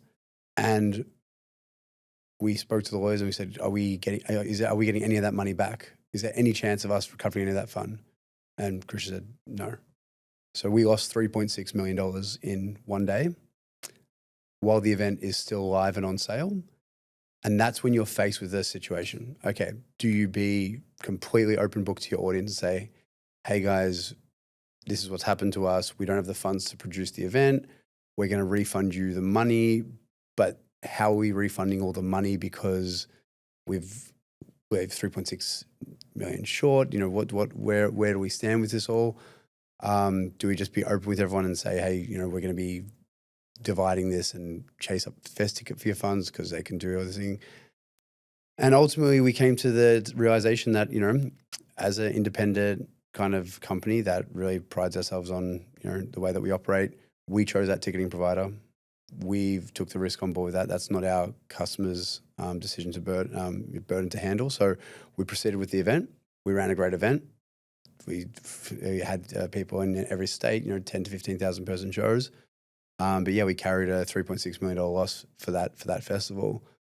But we, you know, saved face with our community, saved face with our audience. And I think that's something that, you know, like it happened with Pitch, it happened with Grapevine. And it's actually something that happened even with the first Beyond the Valley. You know, we did not know how to run a music festival. We were just a bunch of four mates running a nightclub. And all we knew was book the talent. The talent is that much. Marketing is this much. Door times this many people is that. Net that off, great. So with the festival, we did the same mentality. Okay, we want to start a music festival centered in dance music. Who are the kings of dance right now? Okay, we got to get Rufus Du Sol, Dylan Francis, Kay Trinata, and had all these targets. Great. Here's our budget for it. Great. How many tickets we want to sell? 8,000 tickets at this price. Great. 2 weeks post the festival and all the reconciliations coming in, we lost $1 million. And we were all 20 years old. And how do you lose at 20 million? You know, how do you lose $1 million at 20 years old? You simply go and run a greenfield festival site without knowing anything about traffic management, security, crowd control, permitting, health and safety, just all the things that we now know. It was the ultimate baptism by fire. And being promoters, the only way, as you said, similar to an artist, like you've got to have the next plan, the next thing. The only way to recoup a loss is to go again. and we. So you're like shortening your loss and betting it on the next event. All the money that we made through the nightclubs, and we were making good money in the nightclubs because it was bricks and mortar, pay things, you know, costs were great. We lost all that money and some. But what we did have was a good brand and a good experience. People came out of that first Beyond the Valley going, "What? That festival was great. They had DJs and unique stages and everything. It was on the cliffside on Phillip Island. Never again running a festival on the side of a cliff, tents flying over the cliff and everything, just chaos." But we took a punt and roll of the dice, and I think that's like right now we're a lot more educated with the risk that we take, and I love that for a company that's at this scale. You know, you're no longer, you know, you talk about $1 million loss or margins, you know, that can be a couple of percentage variance for one event right now. But at that stage, we were like, okay, what do we have? Great brand, great asset, great audience feedback. And suddenly artists wanted to start playing the festival they heard about. So year number 2, Flight Facilities released their amazing Down to Earth album. They're like, we're going to play this festival. Jamie XX released In Color, and he had that Good Time song going crazy. And he's like, hey, I've heard about this festival. I want to play this festival. And we just knew we had something. And going back to what it is being a promoter means that you can put down hundreds of thousands more on artists and music you can feel swelling and brewing. Look at an end product and say, this is worth X amount of tickets at X amount of dollars. And that's the way all our shows work. It's, can I get X amount of tickets at X amount of dollars? What's your average break even, et cetera?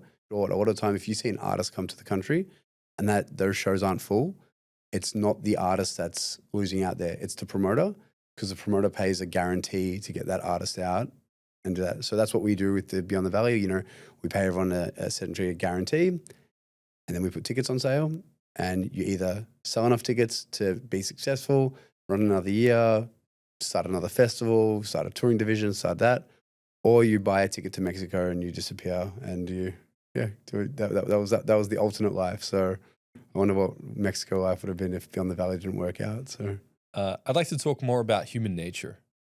So when you think about running a festival or an event, you obviously have 10, 20, 40, 50,000 people. A lot of crazy stuff can happen, I can imagine, in a large cohort of people like that. What were some of the things that you had to learn over the years as to how to better manage people at a live event? I spoke on a panel overseas, and we spoke about what's the biggest risk outside of everyone talks about weather and the finances and goes, what's the biggest risk running these multi-day festivals that you think you face as to why, and I said human behavior, because it's the one thing you don't get a forecast for, you cannot predict, and you just cannot predict. And then genuinely, if I think the great thing about a lot of our events is we don't get fights. We don't have people that fights or abusive, etc., because we've trained a culture that weeds it out from the start. What do you mean?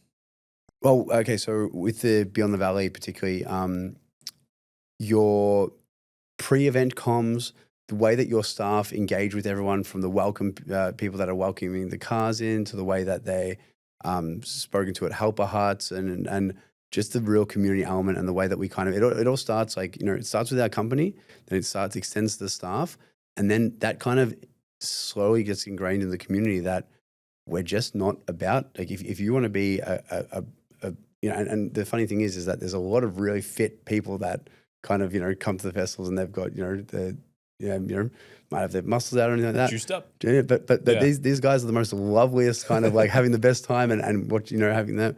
But, back in a lot of festivals, there used to be like the gym bros that would get in fights and stuff like that.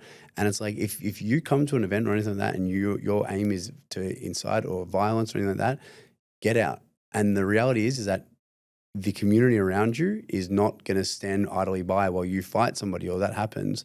You will be weeded out or you will be kicked out. So you're saying that kind of starts off with how they arrive.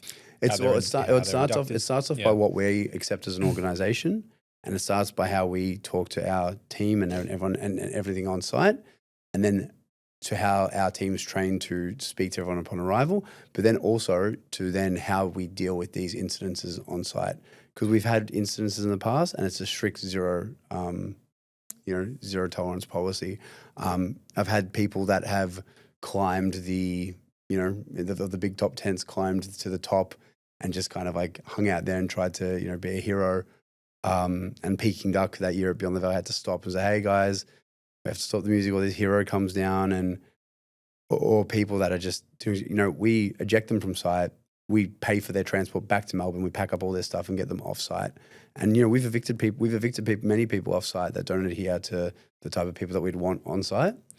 That includes people that dress in offensive outfits, intended to offend, because a lot of people love their costumes and their doof sticks. Are you familiar with a doof stick? What's a doof stick? Doof sticks originated back at bush doofs, which were, raves held out in the bush where there was no reception, and the only way to find someone is to have a totem pole, which they'd call a doof stick.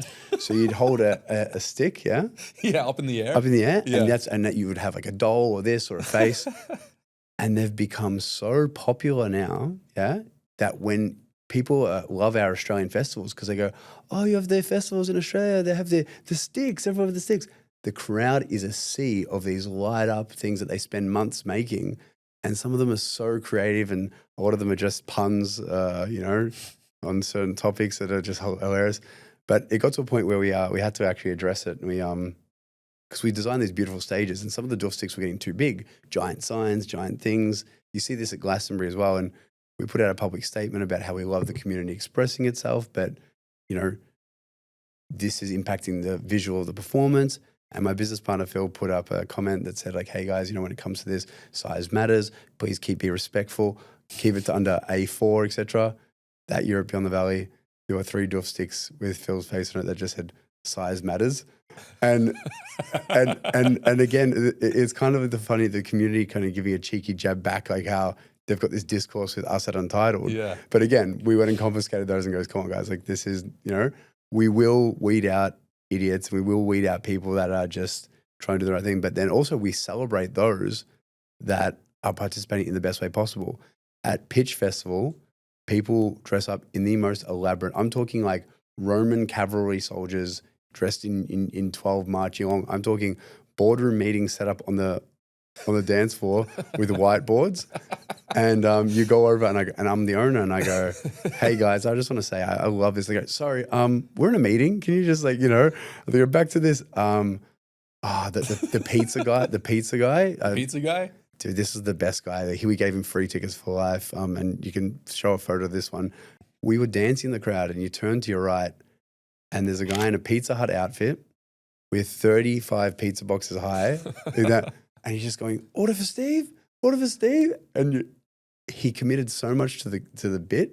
He was the pizza guy. He was running around the festival going, and it's that type of thing that people are going, what? Am I seeing this? Or like, chefs, conga lines, Lord of the Rings characters, Harry Potter themes, Pitch Primary, where there's a whole bunch of, people know hat, no play, and all the community really kind of gets amongst each other. And that's what we want to do. We want to celebrate those people that are participating in a positive, profound way, involving each other, community, doing that. And when I say that the community will weed you out, the people that are then doing that in a negative sense or not participating or just like that, it weeds it out. So, really grateful that we, live in a time where I do think people have a lot more respect, particularly as a younger audience at the moment. Treat them like adults, but guide them through everything because, it can be a lot. Festivals are expensive enough as is. We try and keep our ticket price as low as possible. I don't want to have high ticket prices, but that's the reality of what it takes to produce an event. And the more people that are jumping events and trying to do stuff like that means the more fences, the more security, the more cost I have to charge onto the ticket buyers that are supporting the artists and the people that have worked so hard as their career, Okay. So if that's what you have to manage with the fans, can you talk a little bit about what it takes to manage the talent behind the scenes? What are some of the challenges that you've had with different level of artists when trying to manage everything behind the scenes? It's probably something that people don't really realize, but it's something that I can probably talk about openly because festivals, particularly around the world, the billing on the flyer and where the artists are is one of the most meticulous things to go through because, artists want to be the headliner or they'll say, I'm bigger than this artist. I should go here. I should go there. So that's why you'll see a lot of our flyers are like A to Z per section, per tier, tiered off this. It's a huge, huge thing. And is it easier to manage a large artist or the smaller ones? I think with the larger artists, you spoke about that power dynamic. The larger artists get what they want from the start. They know like, hey, I'm top left headliner. I'm this, I'm build that. It's more that mid tier that's you don't realize that you're dealing with a global landscape that they've got ego competitions with other artists around the world. Like, no, I'm not playing the bill because that artist is billed above me. Okay, well, we'll switch that. Then the other artist goes, hey, I'm not playing below that artist. And you're like, okay, there's some beef going on there. So managing a lot of egos is really good there.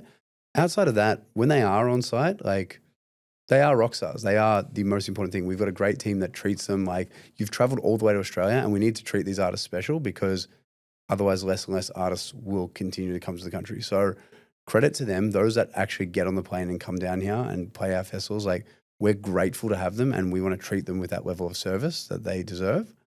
But yeah, of course, there's some that are just, don't know if it's the long flight here and they're grumpy. They're just not, great to some of our staff or our team and it can kind of show, those, sometimes the performances are just, they're lacking a bit of that heart or they're not there.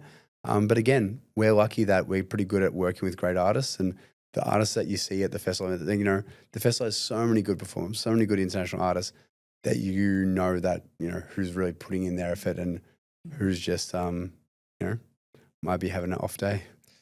When you're thinking about the competition and the landscape and all the other events and venues that you're competing with, is it always about money when you're trying to lure the best talent? What are some of the other things you can do to attract good talent? Yeah, definitely not. In fact, if it was about money, I'd say that our company would really not have a moat or competitive edge in this landscape. Money's the one thing that, we can't battle it out with a lot of these multinational conglomerates that can just throw money at artists. The reality is that when an artist looks at two proposals on the table, we will try and get as competitive as possible. but we're very selective and have very well thought out plans of how that artist is going to make a sustainable career participating and engaging and building an audience in the country. And we've proven it with so many artists over the last decade. And so many success stories. I mean, even an amazing artist, Kiki, who sold out 2 Wool stores on her last visit to Australia. So that's like 16,000 tickets instantly, like that. That's been a very well thought out kind of progression of headline show, festival into the next. And, we do that with a lot of our artists right now, and people hear the tickets that they're selling and they go, wait, what? How did that work? And I go, because it's a trust and discourse of like, here's the plan, trust us locally on ground, we know what to do. But then also with that, it's finding the unique offerings that we can do. So our venue, the Wool Store, which I mentioned that Solomon played at, that's at a venue that's exclusive to us.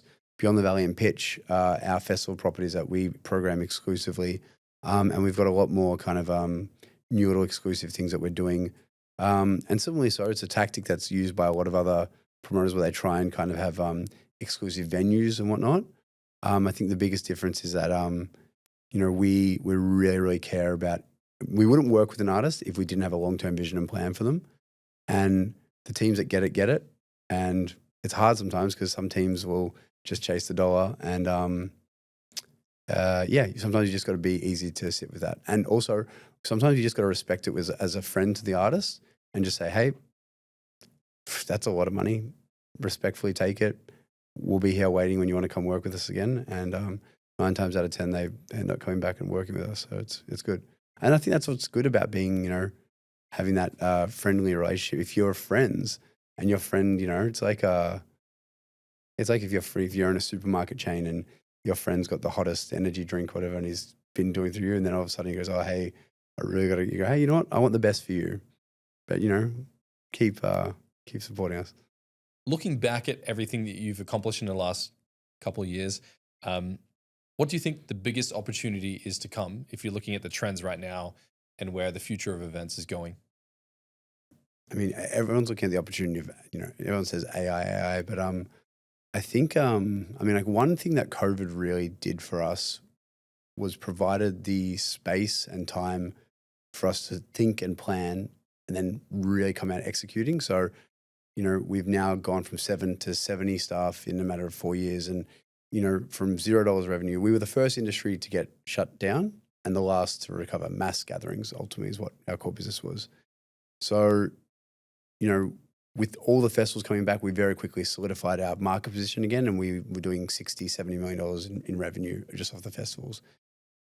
We springboarded into developing our touring division, and we quickly grew our touring division now equally alongside the festival. So that's grew up to like $100 million of revenue across the group. We went to 120 and now 150. Now, ultimately with that growth, we've been going at such a pace, working, that we're kind of throwing, more team, more things, more events, and constantly doing more isn't always the answer. And now when I look towards, I guess, this new climate of and where things are going, I kind of look towards doubling down on kind of what's really working for us and in our flagship events and in our touring and stuff like that. And then also looking at, obviously I've spoken a bit about the diversification. We were able to look into new opportunities, which struck an investment in the Daily Oz, and now looking at all these trends. So basically taking the time to slow down and actually realize where are we in this point of time and where are we going, rather than just kind of keep busy and keep doing and more events and next things. And for me, I think it's looking at these trends and kind of, all right, what are some new exciting industries that we can kind of go, because we've got a great audience, it's a really engaged audience. And that's why when I was joking before, but our bar sales compared to where they were, a decade ago, they're down literally 70-80% per head spend. Really? Yeah, that's how extreme it is. Because our scale's That's gone. a pretty dramatic drop in a decade. decade. Yeah. And look, it is different based on events. Like, we did Good Charlotte out in Bendigo the other week, and bars were smashed for that because everyone loved to listen to Good Charlotte.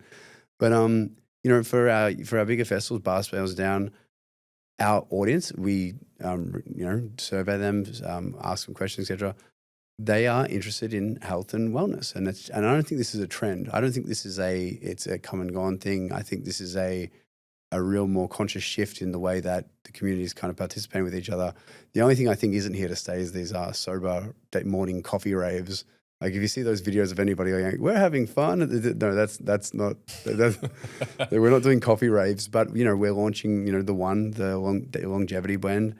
And I think the biggest thing is that being people that are so big about culture and embedding in culture, we've partnered with an amazing team and that's kind of really science-backed, science-led, TGA listed, and got an amazing science team. And that is, we're kind of now going to be rolling out, a suite of like kind of wellness products for our audience. And I think it still goes down to the core thing, which is how can we better understand our audience to better serve them with better products and services, whether that be festivals and events, delivering the news, whether that's, the supplement brand, The One, or even as something as like, we have the ugly vodka, which is ugly. We everything we have to do has to have purpose with it. And ugly vodka's tagline is party with purpose. Because we could have created any vodka brand and said, oh, it's so cool. But ugly vodka is made from ugly apples that farmers throw away. So it usually goes into landfill. And just through serving ugly vodka at our events, I think we've saved over like 200 tons of landfill or so far just across all the, So it's really cool. You can find better ways to do things. And when you say what's next on the horizon, I think AI is going to open up a whole new veil of kind of insights into what our audience actually want, what they actually need, and how can we execute that quicker than what we've done in the past. We're working on a few little kind of products in the background and some things, but the reality is that at its core, music festivals will always be the key and the heart, and touring and art. Music will always be at the backbone of a business, right. But out of it is going to be a great ecosystem. So if you're looking at where AI is going now in music, a lot of people are making music, even though they don't know how to play instruments, or they're using these algorithms to produce their own media. What's your thoughts on where music is going then? And what does that mean for live events if people are then able to mass produce AI music? I'm less concerned about AI music because I think music, AI is ultimately a tool. And I think that we're going from a creator economy to like a curator economy. And if anything, you're going to get great creatives that might not be able to play instruments or might not be able to do things, make great music with AI. Even if it's AI created or whatever it is, it's still going to come down to the real world experience. And that's what we're doubling down on is like real world experiences, human connection through moments that matter. So when I say AI, it's quite, the hot topic. Everyone's talking about AI. It's going to impact every industry. But I think we're in an industry that's going to be the most resilient to it, if anything, alongside things like sports and things like that. It's about how can we use AI to better the fan experience, the artist experience, stuff like that. Like how can I best predict the right artist to book them? How can I tailor their experience on site? Yeah, and I think the insights is a really, really cool thing. How quickly do you think people can accurately read someone? You can very quickly. I wear my heart on my sleeve, and what you see is what you get all the time. And a lot of people take advantage of that, particularly in this industry. And I notice that when they're trying to get their motive or thing over the line or do that. And people don't think I do notice it, but I do. I just adjust how my future interaction is going to be with that person and whether I'm going to let that person in that circle or trust them. And I think that's that's a good skill in terms of like, if you know someone's trying to play or manipulate you, it's not about calling them out on it at the same time. It's about going along with it and just adjusting how you act or interact with that person down the line. We see it so much because people know we have access to artists, and as soon as they won't really take an interest to you, they'll be at an event or something, they say, oh, that's Untitled. Oh, hey, yeah, oh, but you guys work with this artist. Yeah, I think that'd be great for, that's funny, you actually ignored me 20 seconds ago in that conversation. And those little things that you notice, I think, I read people very quickly and, wear my heart on my sleeve. So I like people that are just open and do the same. What behaviors immediately build trust with an artist who's a complete stranger? Being invulnerable, obviously, like just being real, being human. Every artist is going to tell you, thanks so much for having me. Oh, this is a great show doing this. But an artist that's going to just say, hey, I just want to say, I was really nervous before coming here, or I'd heard so much about this, or just an artist that's giving a real thing. The amount of generic kind of handshakes and, oh, thank you so much, great. That's just not, but someone that's going to be a bit real and present, and, you get that straight up. When you're trying to get an artist on board, what's more important, logic or emotion? You lead with emotion and justify with logic. Ultimately, what they're chasing and what you're trying to achieve together is an experience, which is a feeling, which is an emotion. It's what are we going to achieve together? What are we going to do for your fans? What's the outcome? And then you have to justify it with the logic of, can we actually sell out a stadium? Can we actually play a show in an airplane hangar? Is it really make sense for you to go travel and do this? But you need to lead with that emotion, in my opinion. If you continually just lead with the logic and take the emotion out of it, you just won't be bold enough to take risks. And the best people in this industry are the ones that take risks. What's the biggest mistake promoters make when trying to persuade people? They oversell, and overselling becomes desperation, and it just totally shifts the power imbalance. If it's the right show for the artist to do, then you're delivering for them. And you have to have a level of confidence in that. I'm going to pitch you and pitch you and pitch you, but this needs to be, this is the right thing for you because I know it's for you. And I just see too many things where, if you lead with desperation, or if you're just kind of constantly pitching and selling, then that power dynamic's out. And, a promoter partner to an artist is a partnership, and any good partnership should be like, hey, this is the best thing for you. I'm going to tell you why, but I'm not going to tell you more than that, What's more important in a negotiation, speaking or listening? This is a tough one because I think the answer is listening, The answer is listening, really taking on board that and kind of addressing the points or how they can really, but the problem is I get so excited that I talk so much and I try and jump in and cut in. But I think the thing is that kind of, again, as long as you're genuine in your approach, people can tell when I'm talking so much and doing it, it's because of the passion that's coming through. But I think listening is definitely key. And it's something that I've actually had to take a really practical approach to, of biting my tongue and doing that, because I've had colleagues and mentors and people and stuff that pull me up, and they've, it's an art to listening and hearing. And also, I think particularly if you're in a group environment where there's a lot of agents or promoters or managers, etc., listening a lot in the group setting and then taking that feedback to kind of present something privately is really powerful, because you could present something in a room full of people with 8 different opinions, and they can rip it apart to shreds, and the person listening might not receive it the way they want to. But if you deliver it to them right one-on-one, they receive it, they make their own judgment, and you can move forward then. When you're in a negotiation and there's that moment of pause, knowing that if you speak first, you lose. We've had. I think my business partner Nick, who's the director of touring, he had a 10-minute pause. A 10-minute pause. 10-minute pause on the phone call with a negotiation. With an agent. I think or something as simple as he goes, all right, well, if he's not headlining above this person, cancel the show. He goes, okay, so you're saying that this is your ultimate thing. You're going to cancel the show, and whatever the point was, there was a silence.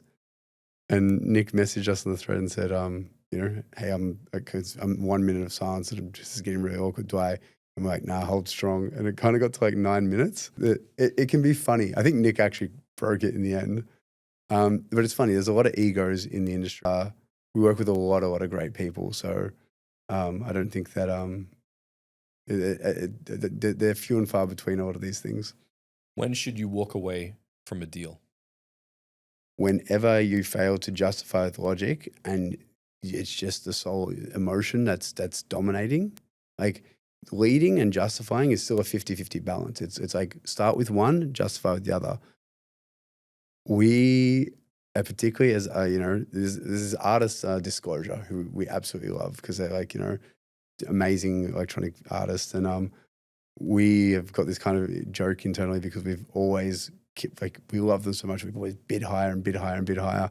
And you look at it in hindsight and it's always what happened. I let my emotion, my ego, my pride overcome any part of the logical justification sitting in. And you have to step away from things. Like you have to be okay with someone else doing something and being the cool guy or putting on the cool show or working with that artist, but knowing they're losing money from behind the scenes. And we've done that with a lot of artists where an agent will come to us and say, well, they're offering X much, which is double your offer. And we go, you know that it's not viable with the ticket price we're doing. They said, well, are you going to let this go? And we go, I guess we have to. And we let it go, and you got to be better off for it. If you had one regret where something went south, what would it be? Growing too fast, Beyond the Valley year 2. I spoke about losing $1 million in the first year and then wanting to, you know, as a promoter, you got to roll the dice and go again. And how great, we got flight facilities and JMXX. We were selling so many tickets that we just kept selling tickets. And we weren't ready to run a festival that was 18,000 people in our second year. We didn't have the process and the management. So we started, as we were loading people in, I remember we getting the call out, campsite black's full, campsite gray. And we're like, hold on, we're running out of campsites. How many more people have we got left? And we had 3,000 people still to load in.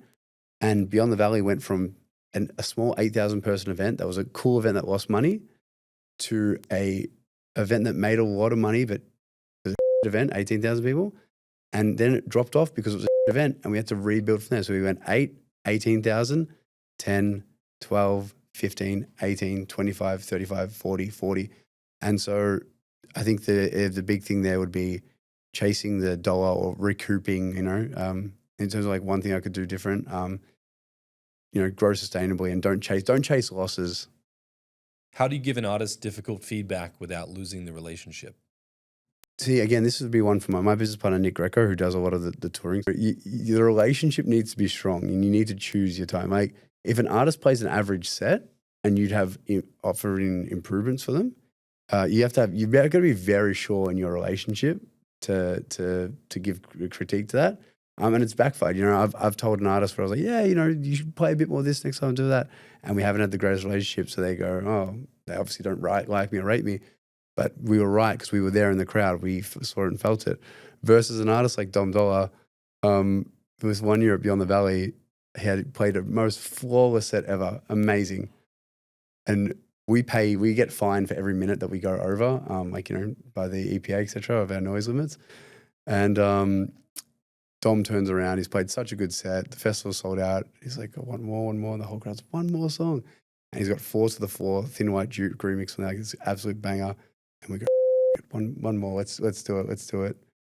And he quickly goes, okay, turns around and puts on John Denver, Country Road. And everybody in the crowd, he'd just gone from this big dance set, and these young kids were just like, West Virginia. They didn't really know what, apparently it went off in the other thing, but we went up to celebrate after New Year's Eve and we went, what the was that last song? You know, we gave that feedback and we joke about it now. He was probably ahead of his time because Country Road now, if they're playing on dance floors and stuff, he's like, see, I was ahead of my time. But we've got the relationship. You can joke and be like, hey, you missed on that one, or you did that there. But if you don't have the relationship, just hold your tongue, because if you don't have that rapport of someone to think that you're giving their feedback for the best of their actual journey or their actual thing, then they're just going to think that you're not aligning with their vision. And that happens a lot with artists. Like if you say, particularly when you used to manage artists or something, like, hey, not feeling this part of that. If your relationship's strong, they know that's for the best intention. If it's not, then they think you're just not aligned with their vision, and you're better off biting your tongue. Have you ever deliberately given someone else credit because it gave you more influence in the long run? Everybody wants to have a moment in the spotlight or be the reason why this happened. And sometimes you bite your tongue when it's like, oh, I pulled off this or you did this, and you know that's not the way it came about. But it's like, okay, well, I'll just let that be the narrative. I'll let that happen. Similarly, so there's this thing called promoter mayo where you kind of, you stretch the truth a little bit. Promoter mayo? Yeah. So basically it's like you add mayo on top, you know? So I'll be like, when Beyond the Valley sold out in 2019, we sold out 25,000 tickets and we had Roofs to Soul and Tyler, the Creator headline. And I was overseas and I was flaunting, and the story suddenly went from Yeah, we sold 25,000 tickets in 1 hour. Yeah, we sold 30,000 tickets in half an hour. Yeah, yeah, I did 35,000 tickets in 10 minutes. We sold out. Just promoter mayo and more and more on top. And one of the agents overseas heard it and heard we sold 35,000 tickets and immediately contacted my business partner Nick and said, so apparently you've sold 35,000 tickets, which is 30% over what we've contracted. So you're going to need a 30% increase on the fee that you're contracted for. And Nick laughed and he said, no. See what that is? That's promoter mayo. So Mike's just, promoters we've got to promote. So everything's done is like instant sellout. It's the most important thing. It's done that because again, it's about the narrative, the momentum, the storyline, the emotion. And going back to it, it's the emotion that you're giving people. And for the audience, you need to let them know that this artist is the hottest thing. They've got to buy tickets to this or they're going to miss out. What's one moment out of all the events that you've sat in and run and produced and managed that is special and dear to your heart? So I touched on this earlier, but the reason why, it sounds very random doing healthcare supplements, etc. So I studied biomedical science. I wanted to be a doctor like my older brother, come from a Greek family where, it's like you had to be a doctor or a lawyer and go through uni. And I wanted to just be like my brother, Dr. Dan. And the way that my grandma used to say it when I was doing the parties at the nightclubs, Daniel's a doctor, and Michael he does the disco. Like so, I was disco boy and he was Dr. Dan. Yeah. Sad. And the funny thing was I had one foot in uni, one foot in doing these clubs and festivals, and my brother would always come to our festivals, be it Every Beyond the Valley, be it Pitch. That Kiosmos moment, the reason why it's so special, that I was there with him. That was the last kind of really show that we got to see together. Sadly, about 8 years ago, he was in a tragic shark attack that claimed his life in the Whitsundays. It shocked the medical community, but it shocked the music community a lot, where everybody at Beyond the Valley knew Dr. Dan because he was 6'4", handsome doctor. And if you had like a stomachache or this or that, he'd come here, have some Gaviscon, take some nasal spray, do this. He had his big jacket with all his supplies. And so we started a stage called Dr. Dan's Electric Psychedelic Swingers Pussycat Nightclubs because he loved Austin Powers. And there was love heart beds and stripper podiums and everything.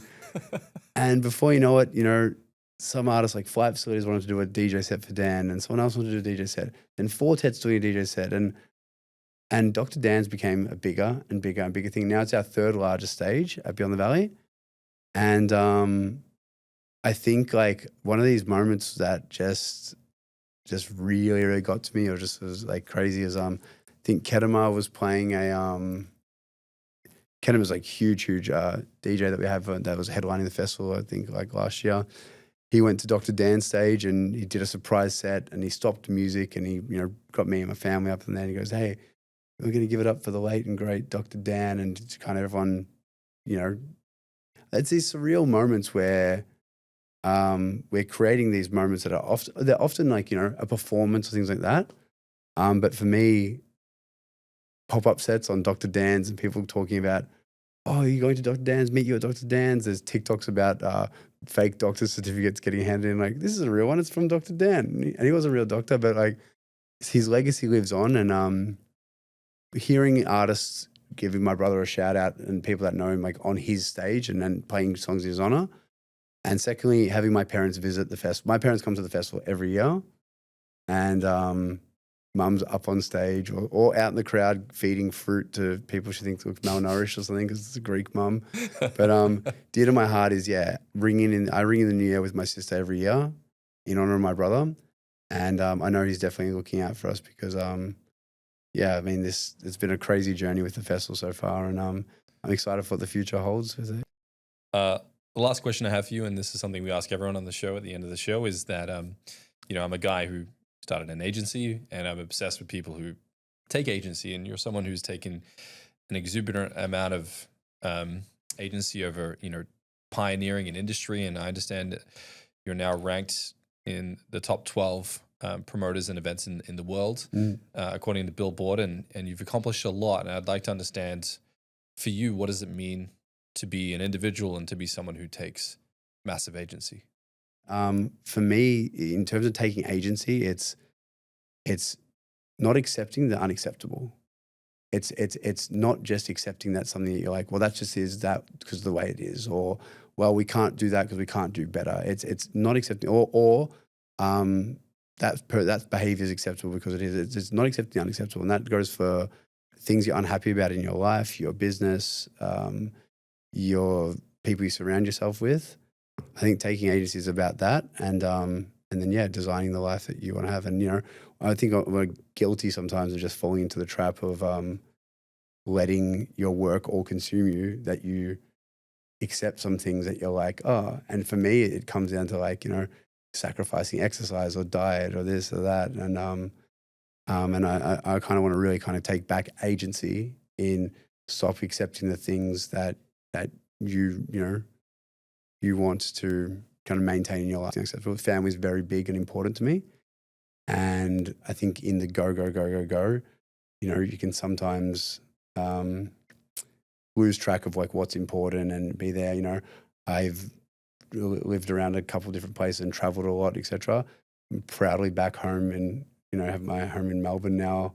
And I spend a lot more time with my family, and I'm a lot better off and happier for it. So yeah. And perspective's a crazy thing. I mean, I'm, while I was shattered in terms of what, it was my brother's 40th, or would have been his 40th on the weekend just passed, and it was really sobering because he didn't get to see 40, and that perspective is everything. But then also you don't know what weight everyone else is carrying around you. You don't know what burden, we could say something like design your life and something like that, but like, I think we don't know what journey everyone else is on. So having a bit more compassion to everyone's journey, and having a bit more compassion to people's ability to take agency, because sometimes I've been hard on people where I'm like, I said, accept the unacceptable, etc. I've said, well, why aren't you taking action? Why aren't you doing this, that? And you don't know what they're going through at the time. So that's been a bit of a sobering thing as well. Kind of like, everyone's on their journey. You don't know what someone's carrying. So to take agency is great, but also be there for those that can't, take agency or have things the way they want it at that certain time. Mike, you're a gem. You're a star. What you've created is inspiring. Clearly, you have a beautiful team, beautiful culture. You're leading your company with not just great ability to drive and promote and market and advertise, but clearly with the right intention and doing it from a purist perspective of love of the game and trying to do some good for the community. And I understand behind the scenes is a plethora of things that you're doing to, improve your events and improve the health and mindset of the attendees. And I've enjoyed this conversation. I appreciate you taking the time out of a very busy schedule before you go to Ibiza to be here and sit with us and unpack some of the strategy that you use in your business. And I'm just grateful to have sat down and had this amazing conversation, man. Thank you so much. Thank you for having me and for doing this. Appreciate it, man.